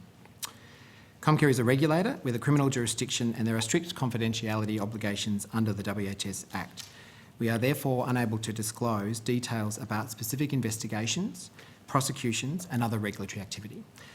We nevertheless, though, intend to provide as much information as we can to assist the committee and would be pleased to take the committee's questions. Thank you very much, Mr. Hughes. No one else was providing an opening statement? No? Okay, great. Well, I will go to committee members. First up, I'll head to the Deputy Chair, Senator Maurice Payne. Over to you, Senator Payne. Thank you very much, Chair, and can I thank the officials from Comcare for your submission and for appearing here today. It strikes me that given the nature of Comcare, you perhaps have some great insights on the sorts of issues that we are dealing with in this context, but not insights you'll ever be able to share with us in any particularly open way. So using that background, I see in the detail of your submission, and I thank you for that, some points that I've identified that I just wanted to touch base on briefly. One is an overarching question. The Sex Discrimination Commissioner, who also, of course, was responsible for the Set the Standard report of last year, the Sex Discrimination Commissioner was absolutely clear and emphatic with us in her evidence yesterday that whatever approach we take to codes of conduct and whatever ultimately they are determined to cover, and whether there's 1, 3 or more, we must ensure clarity and consistency. And you, in your recommendations and your commentary through your very detailed submission, I suspect it ends up looking a very detailed document and quite a large document if all of those things are incorporated. So is there a halfway house between, or at least an appropriate point of compromise between the sorts of issues that you've identified? Can a code of conduct, for example, be underpinned by rigorous reference to the applicable laws, whether they are held in the Sex Discrimination Act or in Work Health and Safety Acts or, in fact, in the Criminal Code? that can address the detail that you have adverted to, whilst still providing us with a clear, consistent set of codes of conduct for the Commonwealth parliamentary workplaces? Senator, I might start and then throw to my colleagues to add more. We would, as you've picked up in our submission, we would absolutely say that any code of conduct needs to be compliant with the law, and our particular interest is in the Work Health and Safety Act and that legislative framework. So whether the code of conduct refers to that framework or whether it's incorporated in some way, I think it's entirely achievable, and we're entirely cognizant of the work of the committee, but also other employers who we regulate and in complex workplaces, complex work environments, and how they bring that together. And I suspect Mr Napier might have some further views on this as well, but the important piece around achieving clarity and consistency and an understanding of what that code of conduct is to make sure that consultation is front and centre in terms of making sure that those who it will apply to are consulted and across and understand what it is that's being put forward there. But I'll invite my colleagues to respond as well. Yes, thank you, Senator. I think whatever approach is taken, we would be keen to see that it draws on duties and obligations arising from the Work Health Safety Act. We note, however, that the workplace, the parliamentary workplaces are complex. We've acknowledged that, and we think that consequently, whatever arrangements are put in place need to be founded on principles of consultation, as Mr Hughes said, cooperation and collaboration across the various workplaces. Notwithstanding any decision and any approach that's taken to a code of practice, there are duties and obligations that arise from the Work Health Safety Act, and they would continue to apply, if not drawn out directly through the code of conduct. Thanks, Mr Napier. Can I go to your the points that you make on? I don't have page number, but I have paragraph numbers. So from 34 down, particularly in terms of the recommendations of Set the Standard, the changes to the Work Health and Safety Act that have been made. Is it your contention that those changes go some way, part of the way, to addressing the sorts of concerns that you've also raised in your submission, or are you contending that there should be further changes to the Work Health and Safety Act or other legislation for that matter? Thank you, Senator. We consider the changes to the Work Health and Safety Act have provided some level of clarity in the sense that they make clear that members of Parliament are officers under the Work Health and Safety Act when that position had not previously been clear.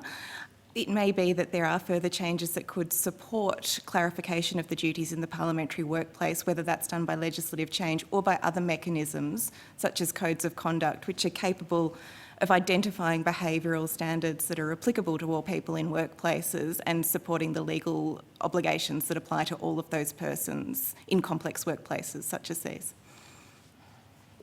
Thank you.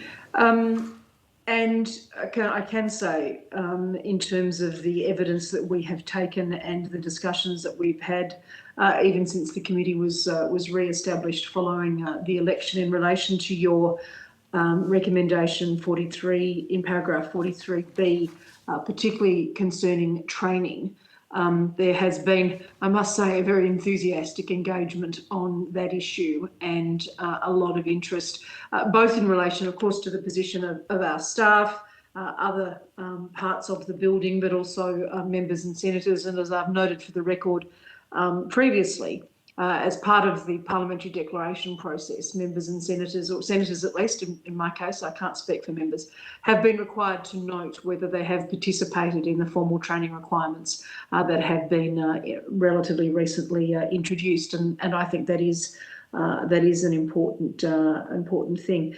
Chair, I may have some more questions, but I just wanted to again thank Comcare for their submission. It's very helpful. Thank you, Senator Payne, and I'll call on Senator Faruqi. Thanks, Chair. Good afternoon, everyone. Comcare's submission has quite a bit of focus on the impact of psychosocial hazards, which are defined as anything that could cause psychological or mental harm. So from your perspective and your experience, what does best practice looks like when it comes to managing psychosocial risks in the workplace? And how can the codes of conduct and behavior that this committee is tasked with developing be part of preventing such harms? Okay. Yeah, thank you for the question. Best practice involves rigorous assessment of risks, workplace hazards. Psychosocial hazards are among those particular hazards, and there's considerable guidance that's available to assist employers to undertake that assessment. The next stage would be to adequately mitigate or control those risks so far as reasonably practicable. And again, there's considerable material, a growing body of knowledge in relation to what some of those controls might look like. I think also it's incumbent on an organisation to ensure that, as we were talking about earlier, there's adequate training, information, policies, procedures to support that assessment and control of risks, and importantly, that any risks that are assessed in workplaces, that risk assessment involves that consultation with workers who are impacted by that work. So there are multiple approaches that need to be applied. No two workplaces are the same, it should be said. So the risk assessment needs to be focused on the particular hazards inside that place of work, and I would say also need to be regularly reviewed, because we do know that hazards emerge and change over time. I would also recommend that a workplace is reviewing its incident reports and utilising that to inform itself about any particular hazards in workplaces. And there are a number of ways that can be done, including surveys, engagement through sort of focus groups or discussions with workers and the like. So it's an ongoing iterative process. So there's quite a bit to it, but they're the principles that I think a place of work should apply in undertaking an assessment of psychosocial harm. Mm-hmm. What do you see the role for Comcare, given its responsibility for managing workers' compensation claims, in monitoring the impact of the codes in improving the workplace culture and safety? Is there information that you might have that could help that monitoring and reporting and the change that takes place within Parliament? Senator, it's probably useful just to I mean, you're calling out for us our role as the work health and safety regulator across these workplaces, and also our personal injury and compensation roles across these workplaces. Where it is possible, our role or the work that we undertake is informed by both of those roles, as to the extent possible. And we're also closely engaged with the relevant agencies or employers across these workplaces as well, and working with them in terms of providing that education and support role that we provide under the work health and safety legislation as well. In terms of the code of conduct and our role, I'm not. I don't think we would necessarily have a huge role in that, but what we're calling out in our submission and in evidence today is that there's a connection between, say, that code of conduct, the work health and safety management system that will apply across these workplaces, and Comcare has a regulatory role over that. So in some instances, you would expect us to be notified and to be performing our regulatory role, as well as in some instances us supporting people who have been injured at work as well. Mm-hmm.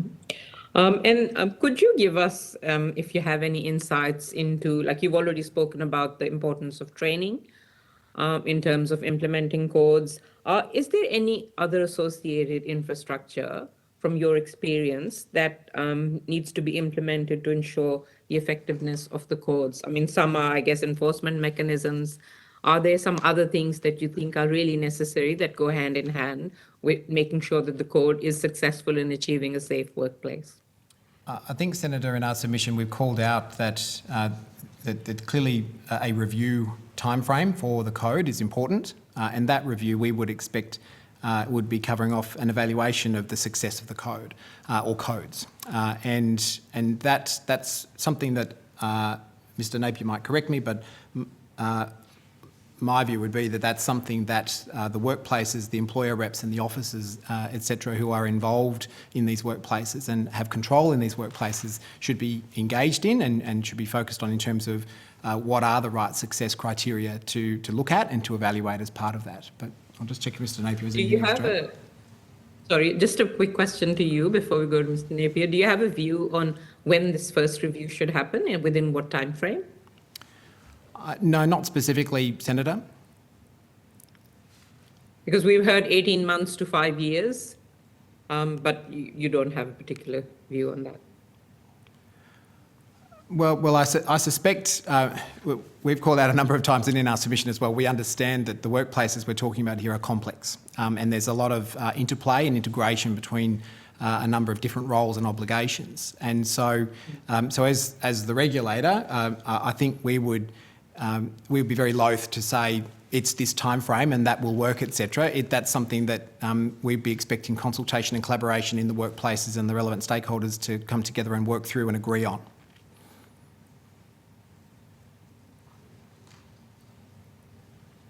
Thank you. Did you have some comments as well, Mr. Napier? I don't. I reiterate what Mr. Hughes said, but I would say that notwithstanding the development or adoption of any code, an effective safety management system inside this workplace or multiple workplaces is required to have an ongoing review of risks and hazards, as I referred to earlier. So it would be expected through those consultative mechanisms, some level of ongoing review of safety and those risks and hazards. So I just make that point.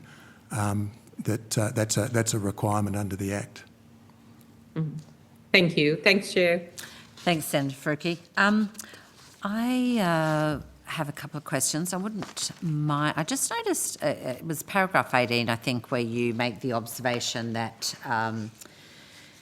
there is a current determination issued by the SMOS, or Special Minister of State, that electorate officers work under the sole direction of the employing senator or member, and that may limit the capacity, in your view, of Department of Finance or, might I suggest, also the proposed Office of Parliamentary Standards Commission, to instruct workers and implement safety arrangements in Commonwealth parliamentary workplaces. So I'm just wondering how the codes that we've been asked to develop might aid this issue, given that employment structure is very unlikely to change. And we wouldn't like them to be out of date from day one, or not fit for purpose. So very keen to hear your views about really how these codes might help deal with that issue. It may be, Chair, that depending on the enforcement mechanisms associated with the code, if any, and the Jenkins review referred to some potential models, it may be that there is capacity for a code of conduct to correct inaction, if there is inaction in a workplace where a parliamentarian, for example, has not taken action in relation to a health and safety risk in the workplace. If it was referred to a code of conduct review, it may be that mechanism is, depending on what the available sanction is under the code, is capable of implementing an outcome that would result in some level of management of a health and safety risk that might not otherwise be able to be achieved in an environment where it is unclear who holds authority in the workplace. But that would be dependent, of course, on what or refer to them as sanction mechanisms may be available under a code of conduct.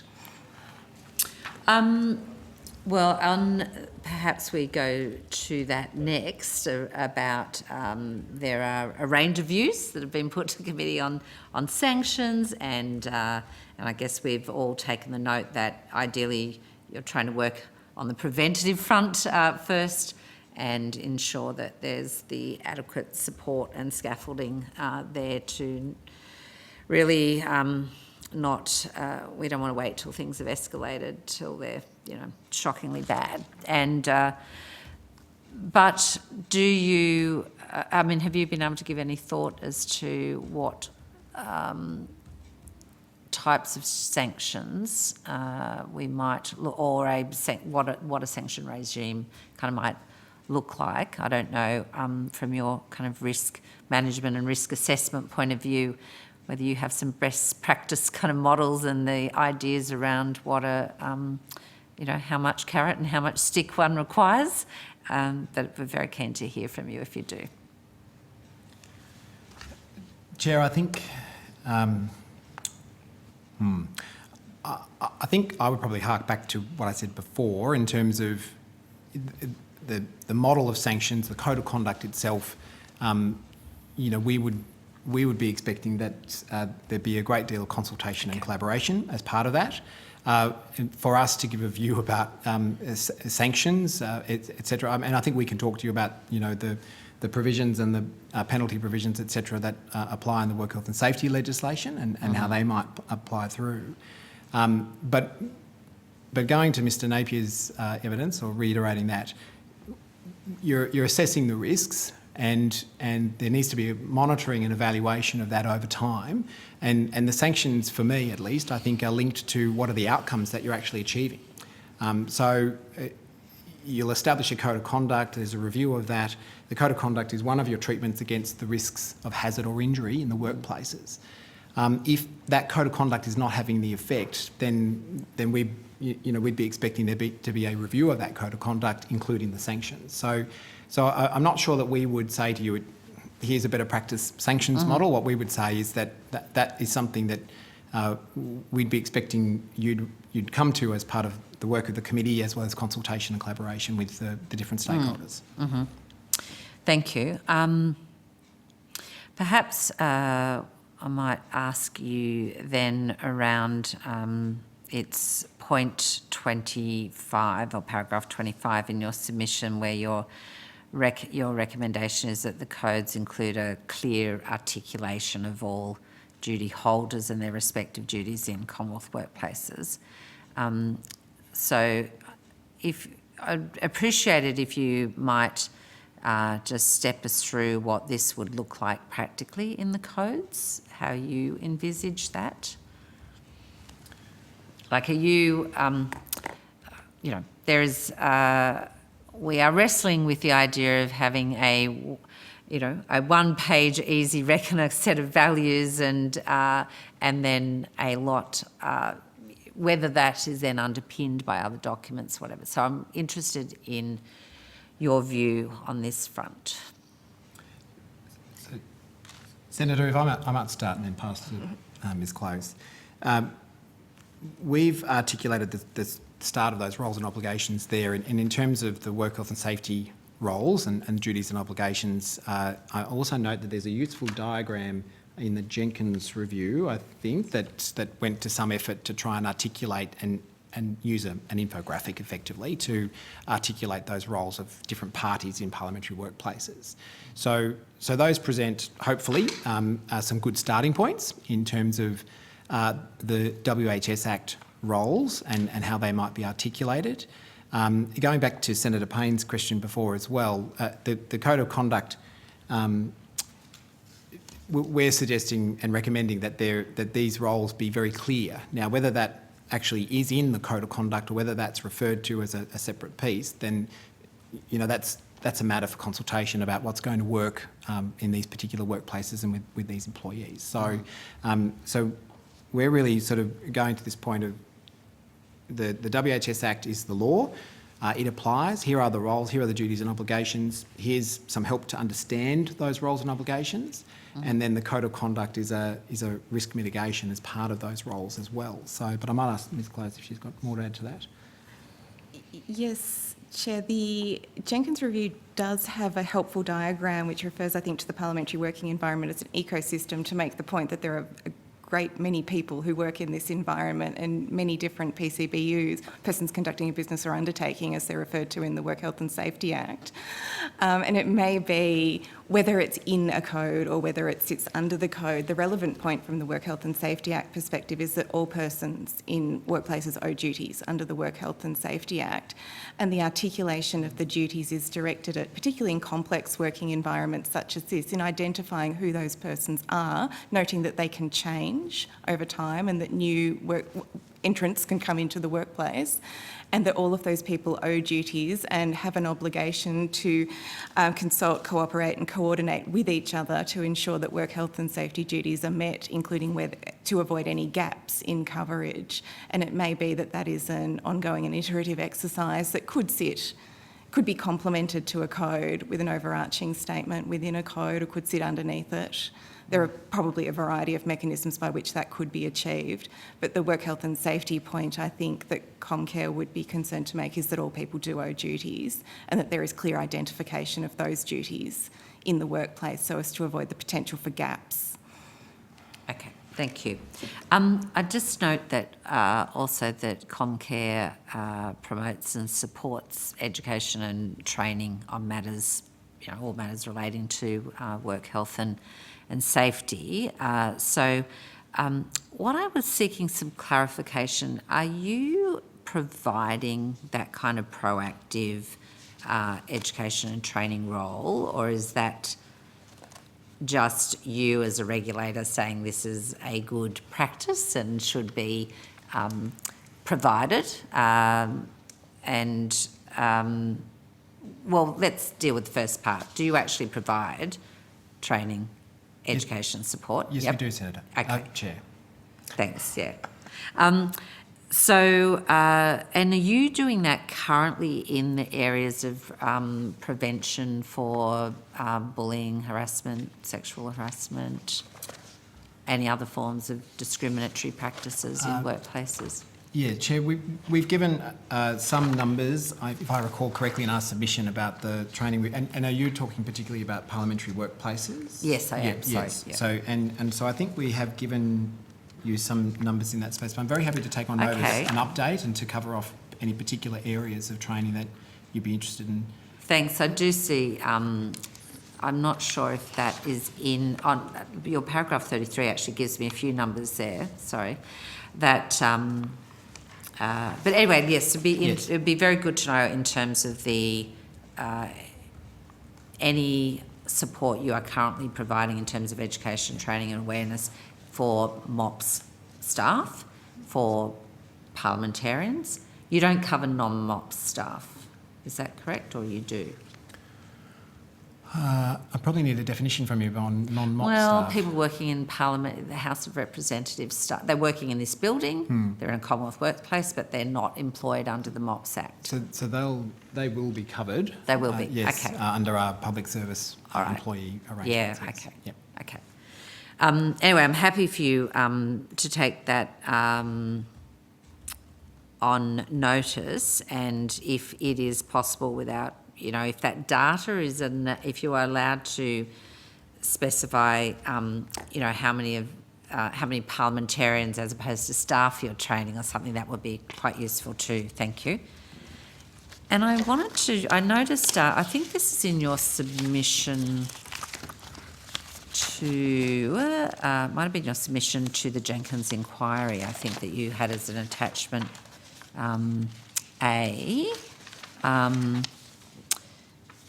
I'm just wondering if you know, because you talk in there about supporting and enabling safe and respectful parliamentary workplaces, and you go to some of those issues of, you've got some online training and other mechanisms there.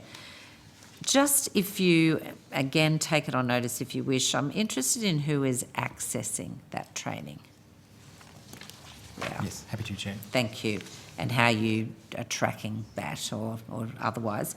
And whether the kind of, we do have now a public register of training for certainly on the House side, I actually am completely oblivious as to how it's recorded in the Senate side, I've just realised.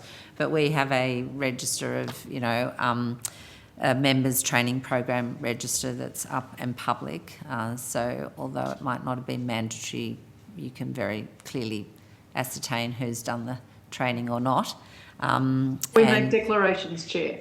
Sorry, you've got it in your We make the same declarations, yes. Great. So is that working Sharon. well? Oh, sorry, Ms Ryan. Sorry, Jo. If I can help, Sharon, both Senate and reps, both members and senators, make their report, and then it is made public on the same space. Thank you. It's open to the public to see who has and who hasn't. And so senators you can do the are training. on the same. Okay. It's all together. Yep, thank you. I didn't, when I last looked at it, I thought it was just the House, so that's my error. Sorry about that. So is that, in your view, is that a helpful, having a register and having a transparent process about who's accessing the training and support a good thing? Yes? Chair, I might ask Mr Napier to speak to that. Thank you, Chair. I think it is a good thing. Where it becomes relevant to the work of Comcare, and particularly the work health safety regulatory side of Comcare, is that we may make inquiries in relation to a workplace incident or matter, and one of the things that we may seek is information as to who has been, what training is available and who has attended that training, and is that monitored? So it would become relevant in that context. Thank you.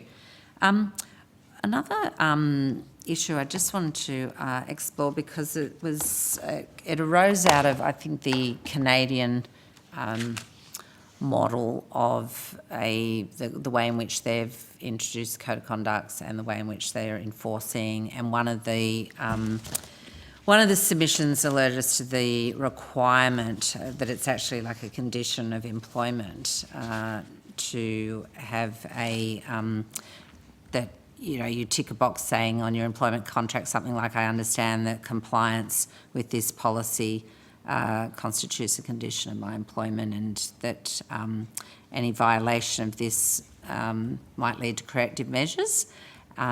So from your regulatory point of view, is that a useful part of an educative process around codes of conduct and one's obligations, or is that a blunt instrument? I don't know. So I think, Chair... Seeking your view and experience in that regard.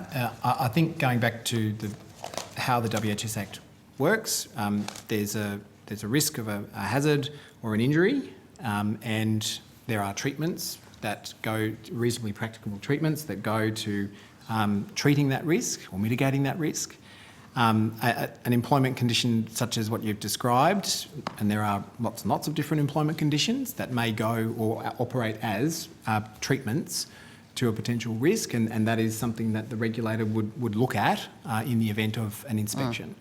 I would say, though, that the ongoing monitoring of the risk and the effectiveness of the treatments is obviously the piece that would be of great interest to the regulator, because it might be that training is rolled out and then it becomes part and parcel of the compliance for the organisation, but you may still then find concerns or issues down the path. So that ongoing piece is quite important. Thank you. Thank you very much. I'll just check. Ms Ryan, did you have any questions, or anyone else online before? Chair, it's Nola. Oh, Nola, sorry. Yeah, sorry, it throws you. me because I can't see you coming up on the board. My apologies Never for that. mind, that's fine. Look, thank you very much to the Comcare representatives today. Can I just take you back to page 3, section 11B2, where, again, we're just going back to the psychosocial issues you referred to, and that the code should essentially define those hazards under WHS, I know that also refers to Safe Work Australia. What do you see as the reasonable, practicable test in relation to the Parliament and the specific nature of this workplace? I think you referred earlier that each particular workplace has a risk assessment process focused on that workplace, and Parliament is no different in that place. So what would, given that that's what you're suggesting we detail here in the code, what would be the reasonably practicable test that you would think would be necessary in the code? Because we're trying to, as Senator Payne referred to, the need for clarity and consistency, and a simple start is really important to us with the code as well. So I'd be interested in your comments, please. I might answer that one. It's very hard to be prescriptive, and my knowledge of the detailed aspects of this workplace is not. I don't have that detailed knowledge. What I would say, though, and you mentioned Safe Work Australia, they've recently released a code that looks at a range of psychosocial hazards, and I think that's a really good starting point for workplaces. And I think this is part of the complexity again, that when we talk about parliamentary workplaces, you could look at that through a range of lenses, but the workplaces could assess the practices or assess the work that's done against those particular hazards. So job demands is one, I think, that for me immediately strikes as a potential given the nature of the work. There are others related to perhaps remote and isolated work. Traumatic events and materials may be pertinent to the workplace. The Safe Work Guide makes very clear bullying and harassment, including sexual harassment. I think they would be pertinent to the workplace, given the nature of some of the interactions with members of the public. Violence and aggression may be pertinent in that context. And there may be issues around conflict or poor workplace relationships or interactions as well. So that's just a very high level, based on my limited understanding of the detail of the work that's done. But some of those I think might be relevant in the first instance. If I can say, though, that we were talking earlier about the need to assess risks on an ongoing basis. Those particular hazards ought to be part of the conversation around identification of particular risks in these workplaces and the assessment of those, and then leading to a conversation about what can be done to mitigate or control that particular hazard. Because I'm just looking at the code. We're looking at the code, and again, given that this is a recommendation of yours that it should be included in the code, trying to keep this as, and I think the Chair's referred to this as well, in as simplistic form as we can, whilst achieving what we need to achieve, is the challenge in the work that we're trying to do here.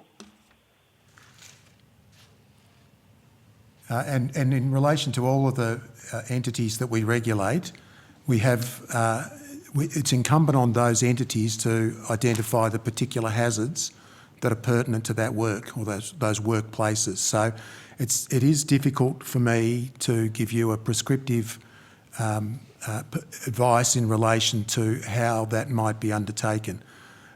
We do work with employers, PCBUs, and assist them and put them in touch with relevant tools and resources that can assist in that risk assessment. But and we're happy to review a code perhaps down the track and provide some views in relation to that as it aligns with the Work Health Safety Act duties and obligations. As the Work Health Safety Regulator, that's our area of focus and interest. And we're happy to provide advice as to whether the code assists in meeting the duties and obligations that those employers have under the Work Health Safety Act. Thanks, Chair. Thanks, Ms Marino. I think we have now exhausted our questions and we have hit perfect timing. So thank you very much to everyone for cooperation there. And so it gives me great pleasure to thank you for your evidence today from Comcare. And if you have taken any questions on notice, the Secretariat has asked if you're able to provide those responses by the 29th of September. That would be terrific. Thanks again. Thank you. Thank you, Chair. And I'm just going to suspend for my colleagues online just very briefly. We're just waiting for the next witnesses to connect online. Oh, we're on now? No, we will have to just suspend. Stay tuned. I will be straight back as soon as we've connected with our next witnesses. Thank you. Thank you.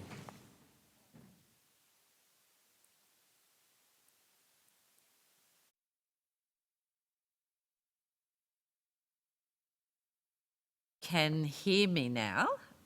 Excellent, great. That is a good start. Now, I'm sorry, it's Abby Kendall, isn't it? Yes? Great, thank you. Yes, your name has now come up, so that's very helpful. Thank you so much. I'd now like to welcome the Director of the Working Women's Centre, Abby Kendall, who will be joining us via video conference to provide your evidence. And I actually might just check in because I know your submission is on behalf of Working Women's Centres in South Australia, Queensland and the Northern Territory. Where are you based? Sorry, Ms Kendall? I'm based in South Australia. Great, okay. I understand that you have been given information on parliamentary privilege and the protection of witnesses giving evidence to parliamentary committees, that's been provided to you. Thank you. And just for the Hansard record, if you could please state your full name and the capacity in which you appear today, and then I'll come back for an opening statement or remarks. So we'll go straight to the introductions first, if you don't mind, Ms Kendall. Over to you. Yeah, of course. So I am Abby Kendall and I'm the Director of the South Australian Working Women's Centre, and I am here on behalf of the South Australian Working Women's Centre and in reference to the joint submission that the Northern Territory, Queensland and South Australian Working Women's Centres have made to this inquiry. Thank you. And I'm sorry, I probably should have introduced myself, and it's rude to assume that you've been tuned in all day watching this hearing, I expect. So my name's Sharon Clayton. I'm chair of this committee. I'm joined with my colleagues, Senator Maurice Payne, Senator Maureen Faruqi and Ms Nola Marino and Ms Joanne Ryan. So just so you know who else is online with you. But I'd like to just invite you to make a short opening statement, and then at the conclusion of that, I'll go to my colleagues to call for any questions that they might have. So over to you, Ms Kendall. Excellent. Well, thank you so much for the opportunity to give evidence at this inquiry. The Working Women's Centres have for a number of years, like over 20 years, provided workplace training to a whole range of different types of employers. And as of late, over the last 2 to 3 years, we've also provided training to political parties around improving the workplaces both in federal and state parliaments. And so when we had, the opportunity to provide this submission was very welcomed. And I think just as a very short opening general remark, what we are particularly concerned about is the type of workplace training that is provided in Parliament, and particularly the forum and the format of it. And so that's really where our expertise lies. So thank you. Thank you, Ms Kendall. You've given us a submission that colleagues have had an opportunity to look at. So I might just go around to my colleagues first, and I'll come back with some questions at the end. Over to you, Deputy Chair, Senator Payne. Thank you very much, Chair, and can I thank the Working Women's Centres for your submission and for your contribution, and welcome Ms Kendall. I just have one question to, or perhaps two to start with. In your submission within paragraph 12 and its subpars, you do focus strongly on the importance of the OPSC, as it is becoming known in these hearings, being transparent in order to ensure that it does the right thing. I think it's an interesting balance in terms of a new organisation like the OPSC needing to have a degree of confidentiality to give people confidence to approach it where they need to, plus the transparency, as you say, of its operational nature. So I'm keen to hear your views on that and how you achieve that balance. Yeah, of course. I think it's a really fine balance and certainly an interesting point. We come up a lot around this, I suppose, the tension between centering victims and survivors of sexual harassment or bullying or harassment or any kind of untoward behaviour in the workplace. The necessity to keep it confidential if that's what they want, as well as having transparent processes and codes of conduct and expectations and consequences for people in workplace law all the time. And in particular, we see that a lot with the use of non-disclosure agreements. I can't today set out how the Parliament should ensure that there is transparency around these processes, as well as maintain the confidentiality of any survivors and victims that come forward of whom want that. But I think what we're saying is that some serious regard needs to be given to that balance. And we think that where, in our experience, where victims and survivors have wraparound services, support, and the confidence of their workplace, they are less inclined to want the whole process or the conduct to be confidential because they feel confident about making the complaint in the first place. And so I can't give you steps 1 to 10 of how to do that, because it is a fine balance and it does differ in every workplace, but certainly what we're saying is that that needs to be thought about deeply. And we would say that where you have entirely confidential or private processes, we don't think that would necessarily work to have a significant impact on workplace culture, because there has to be consequences for perpetrators, but also, institutions and people that hold up those perpetrators and those cultures.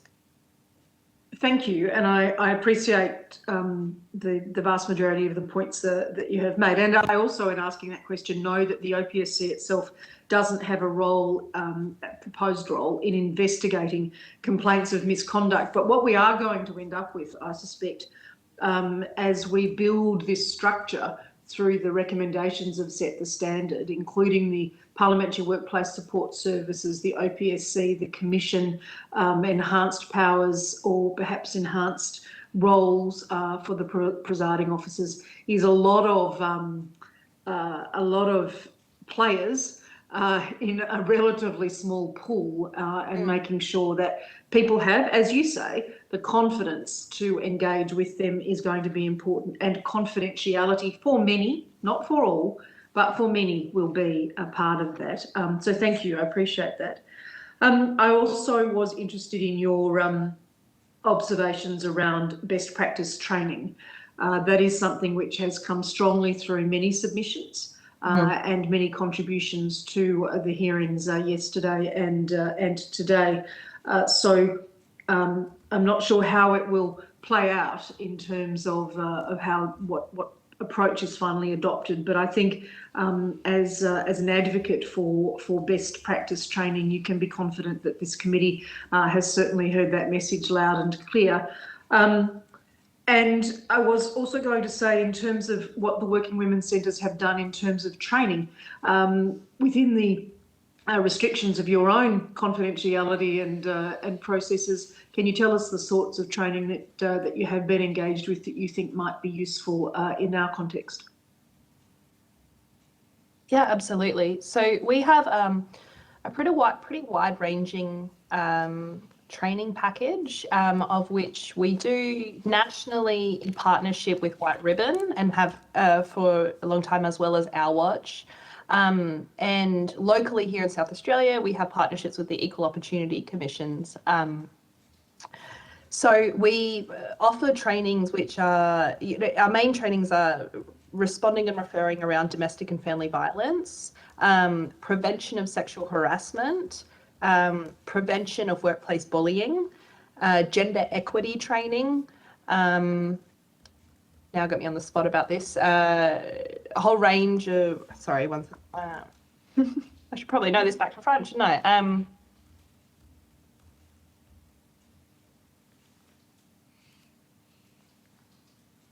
So our most popular training over the last 24 months has definitely been the prevention of sexual harassment training. And we really put that down to, an increased kind of awareness and cultural zeitgeist around sexual harassment in the workplaces, but also more advocacy around the prevention of violence against women.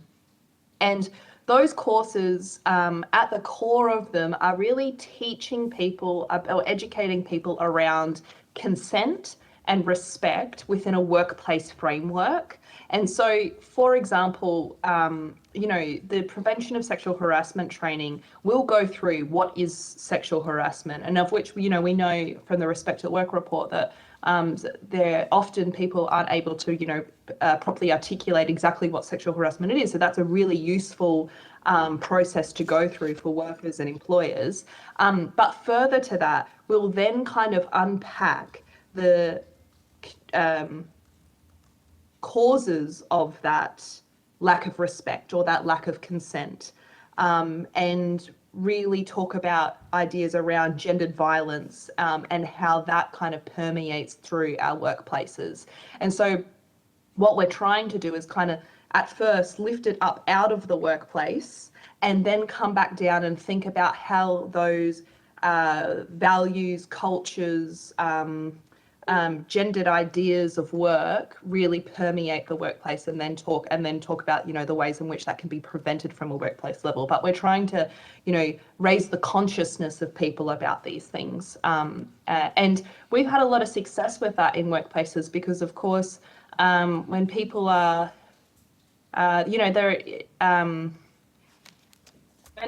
it's not very often that people get to sit down for 3 hours. That's, how long our courses tend to go for, and think about the causes of disrespect or non-consent or sexual harassment or workplace bullying. What are the societal causes of those things? And we think that's really helpful.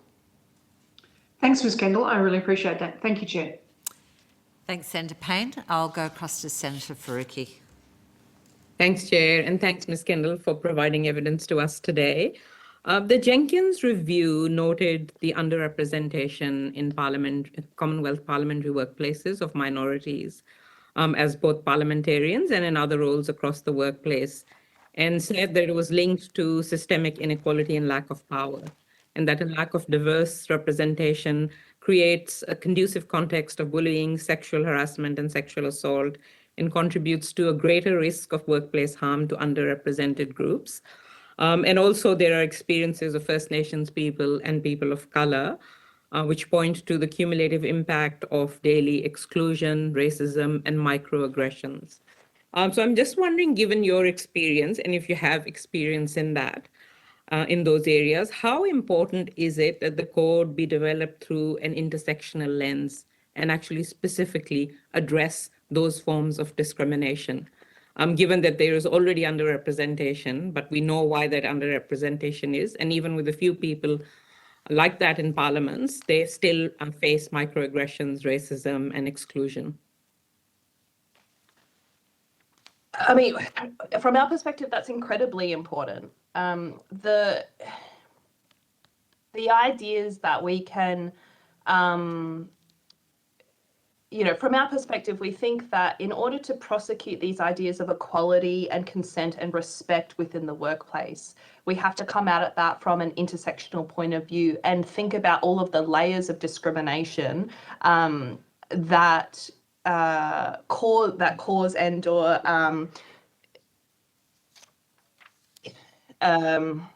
that cause those issues to occur. We think that it's not painting the whole picture if we just come in and start talking about men and women and the differences between men and women and how we treat each other. If we were to do that, it would totally ignore the other kinds of identities that make us up and how institutions and governments treat us and workplaces and employers treat us because of those intersecting identities and characteristics. So we think, you know, race and class, sexuality, all of those, you know, your immigration status, all of those types of things that have a huge impact on the way in which we're treated at work absolutely has to be a part of the training, and it can't just be like a couple of slides at the end. It has to be interwoven right throughout the case. And I think when, you know, and I think that's particularly important in Parliament, where what we are, or, you know, what, as far as I can tell, you're all managing is the distribution of power. And so if we talk about the distribution of power among employers and workers within Parliament and then not talk about the way in which institutions and or people with power treat people with minorities and intersecting identities, then we're doing ourselves an incredible disservice. Thank you. And given that you have focused so much on training as well, like I know that there is excellent training available, which I have done, and others, other colleagues of mine have done as well, specific training on anti-racism or First Nations cultural awareness training or disability discrimination training. Do you think that should be part of the training, you know, suite of training that is provided within parliaments to support the code of conduct? Yeah, absolutely. Yeah, without a doubt. Because I mean, I don't even think that you can start talking about consent and respect without centering the experiences and the lives of First Nations people and people of colour, migrants in Australia, particularly given the statistics that we have and what we already know about the experience of those workers in our country. And so absolutely anti-racism is incredibly important to this picture and should be centered. So just getting your view on all these different types of training, and including, of course, the training for prevention of sexual harassment and other sorts of training that your organization does. Do you think they should be mandatory as part of implementing the code of conduct? Like, should it be something that you have to do as an MP or as a senior staff member? Yeah, I think it should be mandatory. Absolutely. You know, like a part of lots of different types of employers have trainings and or particular education pieces of which you need to complete either at the beginning of your employment or by a particular time. And so I think that it could be very much incorporated into the kind of orientation program of which my understanding is MPs and employees of those MPs have, and then done regularly after that point, because of course, you know, this is living theory, and so it changes and we improve our practices, and so it needs to be done regularly and well. In your submission, you also do talk a bit about the enforcement of consequences for those who breach the code and that they are central to the success of the code. Do you have any an opinion on what kind of sanctions would be needed? And I know they could be different for people with different kind of power that they hold, but do you think what sort of sanctions would work? Well, at the Working Women's Centre, we lobbied and talked extensively about the necessity of including sexual harassment as under serious misconduct in the Fair Work Act, and that was one of the recommendations of the Respect at Work report and from our Sex Discrimination Commissioner. We see workers, but prior to that change or that prospective change, and also the cultural change that we've seen over the last 2 years with employers and workplaces around sexual harassment, we would often have women coming through the centre who had been significantly sexually harassed, and we'd lodge an unfair dismissal on their behalf. We'd go through the conciliation process. The employer would admit that the sexual harassment had occurred, but only one person in that scenario had lost their job, and that was generally the survivor and or victim and our client. And so we need to get to a point where if we treat each other poorly at work, and particularly if we're harassing and abusing each other, that there are some kinds of consequences that where you will lose your position of power, the position of which allowed you to treat that person like that in the first place. Now, I understand that that's difficult because, of course, your MPs are often, MPs are elected, but also senior members of those offices are important to the whole system and to the whole kind of, machine of politics. But I think that in order to have a culture where we abuse or harass each other at work, it's important to have a culture where abuse and harassment at work is not tolerated. And in order to not tolerate it, then there needs to be drastic consequences for those who commit those sorts of actions. And I think everywhere else in Australia now, losing your job is one of those consequences. It's, it's going to be serious misconduct. And if you happen to be caught up in serious misconduct, then now you're likely to lose your job. And so I think that would be a good place to start. Mm-hmm. And just one last question from me. Your submission highlights the need for structural and cultural changes, which are necessary to ensure the codes have an impact. And I think you've highlighted some of those. Are there any others that Parliament and parliamentary workplaces need to look at that would affect that structural and systemic change in culture? Yeah, I think that some training around hiring practices and the types of workers and or people of whom are employed by MPs should be diverse.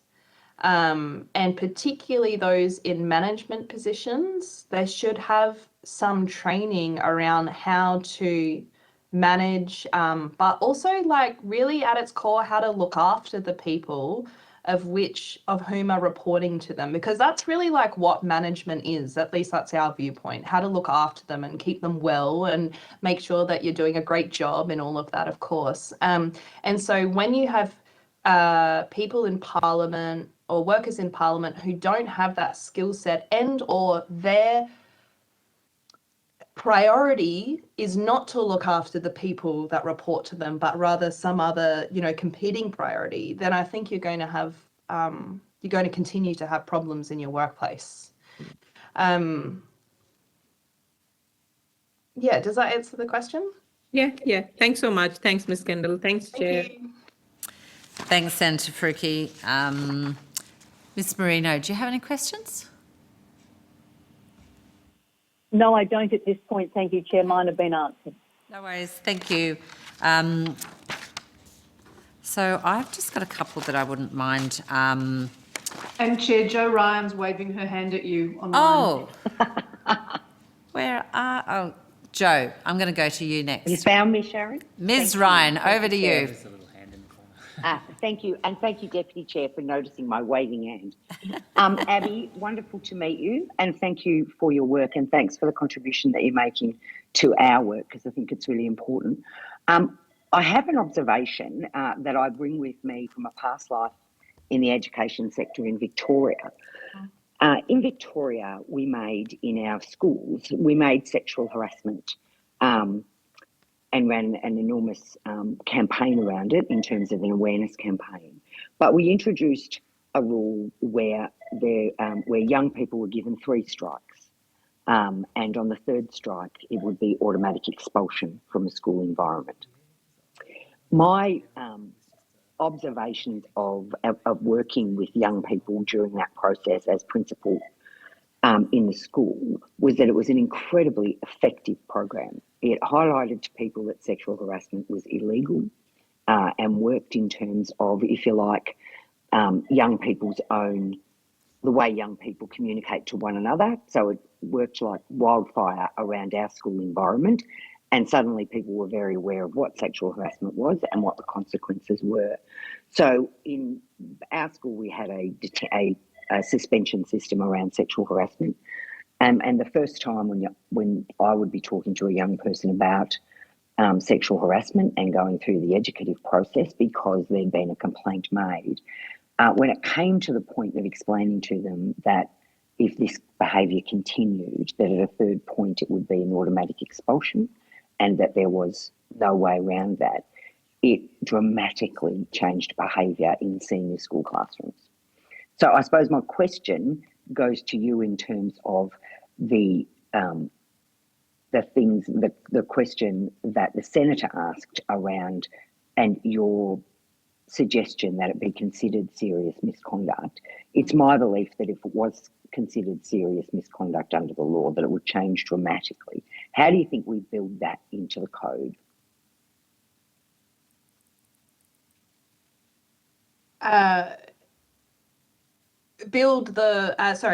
Just so I completely understand you, Minister, build the 3 strike rule into the code, or build the serious misconduct aspect into it? So I think in terms of our code of conduct, yes, how do we separate it or ensure that it is perceived as serious misconduct and build in that educative piece that we need to build in to stop the behaviour rather than get people into a space where we're dealing with consequences? Okay, yeah. Well, I think the first very important aspect of that is to have a definition around what is serious misconduct. And you can see, we've got that in the Fair Work Act, but it's also kind of built into lots of enterprise bargaining agreements and also lots of workplace policies. And so I think the first thing that you need to do is to ensure that you have, you've got serious misconduct is this, and these are the consequences for it. And of course, I guess it would depend on what kind of worker or employee that you were talking about in terms of what the possible consequences are in any event. So I guess that's the first thing that you would need to do. But I also think that you need to build that language into all of your policies, the way that you speak to each other, the expectations of which are put upon employees at the beginning, MPs and employees at the beginning of their employment and throughout. It's interesting that you should talk about the kind of 3 strikes issue, because colloquially in employment law, there isn't really any basis for that 3 strike mentality that we often have. So, we'll often have workers that will come to us that will talk about, well, this is my 3rd warning, and so therefore the next time is the next time I'll get dismissed. Whereas actually at law, you can be dismissed at any point if your behaviour does equate to serious misconduct. And there's not necessarily the perfect formula of 3 strikes and you're out. And so I think would be incredibly important is to make it very clear to everybody that once serious misconduct is found to have occurred, then that's the final strike. There are no other opportunities. And one of the consequences that could occur as a result, one of the consequences of serious misconduct is to lose your position of power or have your power reduced in some manner. Yeah, thanks. Thanks, Abby. I suppose for me, the important part in terms of the 3 strikes in a school setting is that we were dealing with adolescents. Oh, sure. And so you've got to build in that potential for the learning to occur before. Yeah, absolutely. I can understand how that's a different situation, or a different environment of which you're applying a 3-strike rule. So I understand that. Yeah. Yeah. Thank you. Thank you. Thank you. And my apologies, Ms. Ryan. I can't tell you how that little symbol looks nothing like a hand waving at my end. So I'm sorry I missed your call. Happy to help, Chair. I'll keep flagging it. Thank you. Anyway, I've learned something new about this video conferencing at Parliament House, as I do on each occasion. Thank you, Ms. Kendall. I know my staff and indeed many of my colleagues have benefited from the training provided by the Working Women's Centre over time. So I'm very familiar with the great work that you have been doing for a long period of time now. I am interested in, it has been put, you had a very strong view around the fact that such training and educative programs should be a mandatory part of employment and or in the case of members of parliament, I guess their office. We've had some mixed evidence around that. So I'm just wondering how you deal with maybe not you personally, but the organisation as a whole, deal with training people who don't want to be in the room. And often they're the ones you're actually, you might well be really trying to reach out and engage with. But if you don't have buy-in from the other person, is that a problem, or are you still gaining enough benefit, even in a situation where there's resistance, perhaps, to warrant a mandatory application of a training program? Yeah, so I think we experience resistance in a range of ways, in that we might go, and I have to kind of preface this by saying I'm not an educator myself, and so I don't deliver these trainings for the centres, and I do think there's a very being an educator and a trainer is an incredible skill of which it might be worth talking to, I'm sure you already have, but talking to some of those people about how they deal with resistance. But I can kind of talk generally about how we might deal with that. It is not often that we will have a room full of workers who all think the same thing about respect, consent, gender equity, sexual harassment, family violence. Often we have perpetrators and survivors or victims in the same room. And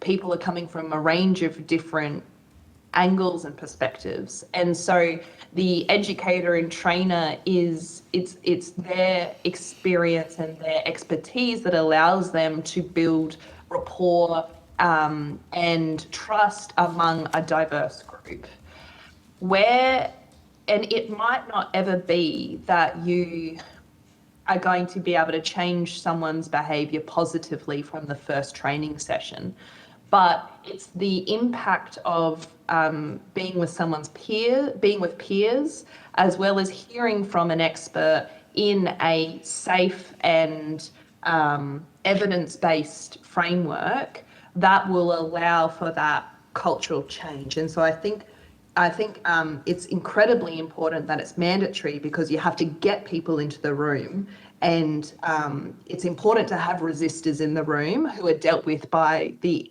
expert educators and helped along by the expert educators. But also learning and thinking about these things with your peers is also really important, because that person or that resistor might not necessarily be might not necessarily be inclined to listen to the educator at the front, but there might be someone in that room with which they particularly respect, and so that might start them on a journey of positive change. And I think we do have to move away from the idea that people will change after a training session, a workplace training session. It's sometimes a point on their journey of positive change. Sometimes it's the start, and sometimes it's just not necessary because they're beyond what is being provided in the training anyway. But if we don't have everybody in that room, then not everybody gets to start their journey. And resistance comes from and so I think just because there might be resistors in the room and or difficult people doesn't mean that they shouldn't be having to do the training.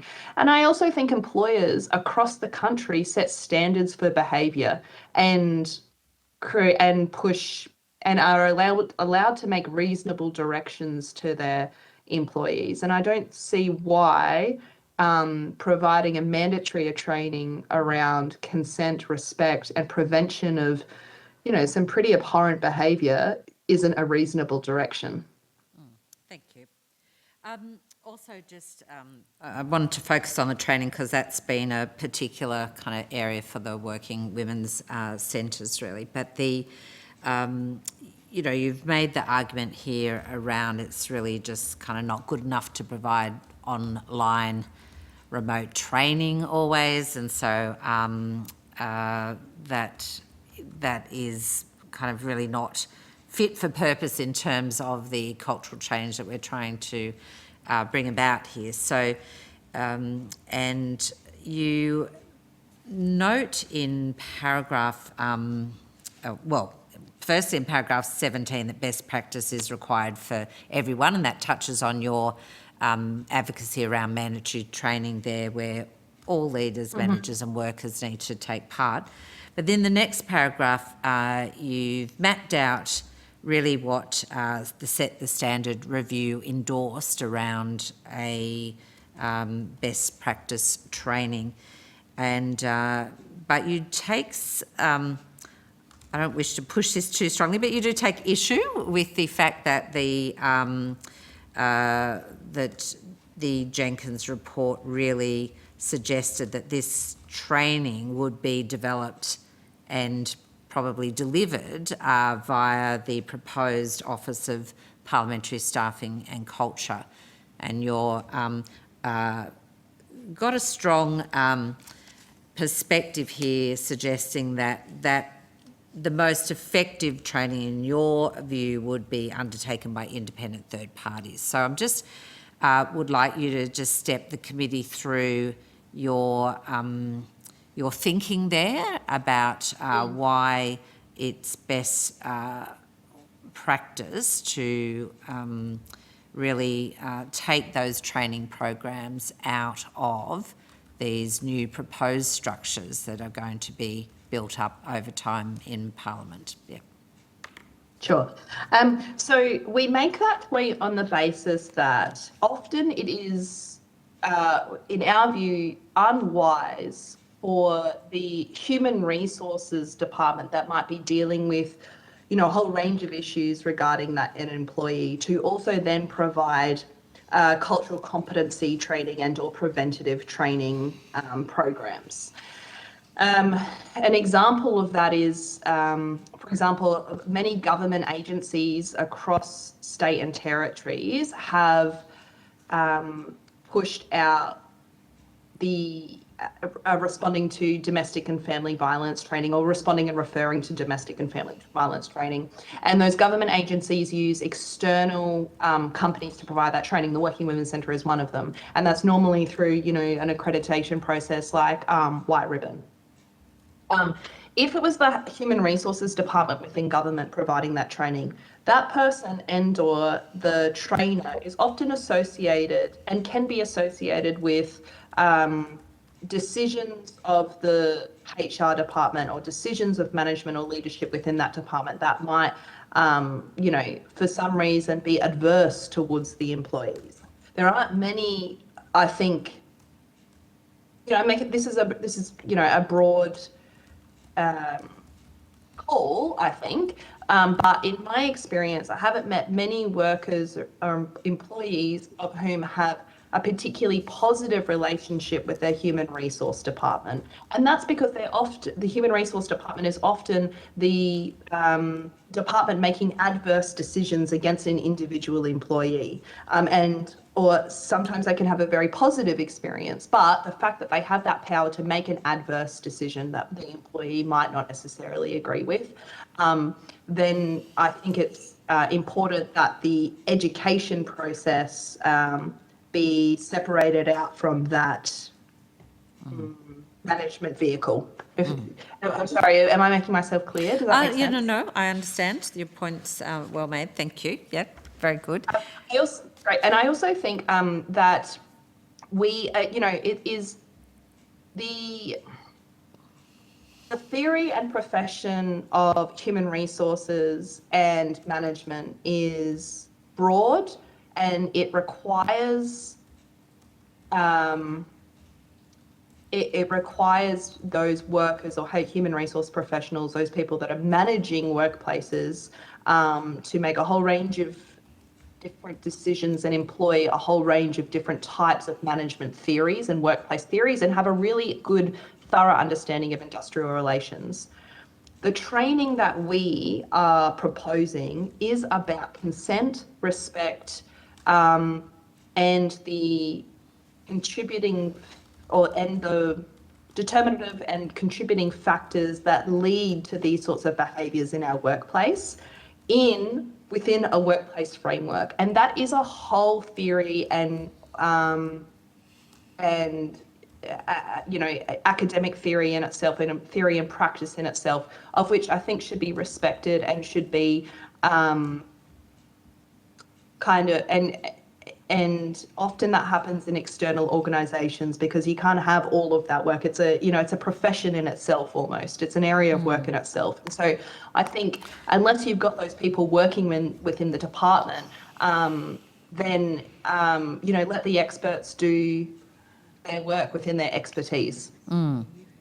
It's, I guess, to be fair in this discussion, we've had feedback from staff in particular and their representative unions and organisations around that experience of outsourcing has been a bit hit and miss.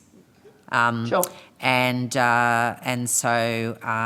yet they have had some very good feedback to provide on the newly expanded Parliamentary Workplace Support Service that has emerged, which is terrific news in that is in-house, very immediate and accessible, and so it's doing, it would appear, at least now, with its capacity to having expanded its services beyond just dealing with serious incidents, which is how it was first established, to a broader remit now, that being quite effective. But so it's really, if I'm thinking this through, it's not just that you have somebody who is an independent third party, but they have to be absolutely the right independent third party, because we've had some dreadful experiences relayed about the training that's been provided, that's just been not trauma-informed, not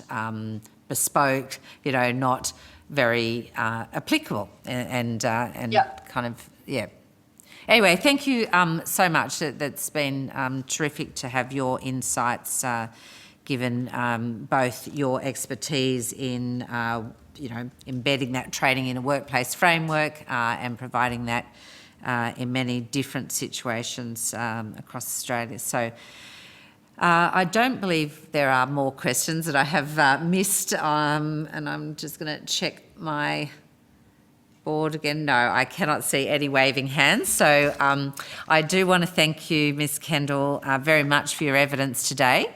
And if you have taken any questions on notice, just to please provide those responses to the Secretariat by the 29th of September. That's been the request.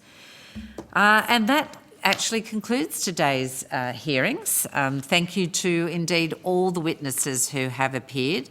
Thank you to Hansard and Broadcasting for your perseverance and assistance throughout the day. And although they always leave themselves off my briefing notes, I want to say thank you to the Secretariat support who are in here trying to meet all of the needs of everybody working on this committee. So thank you. And on that note, this committee stands adjourned. Thank you. Thanks to you, Chair. Thank you, Chair. Thank you.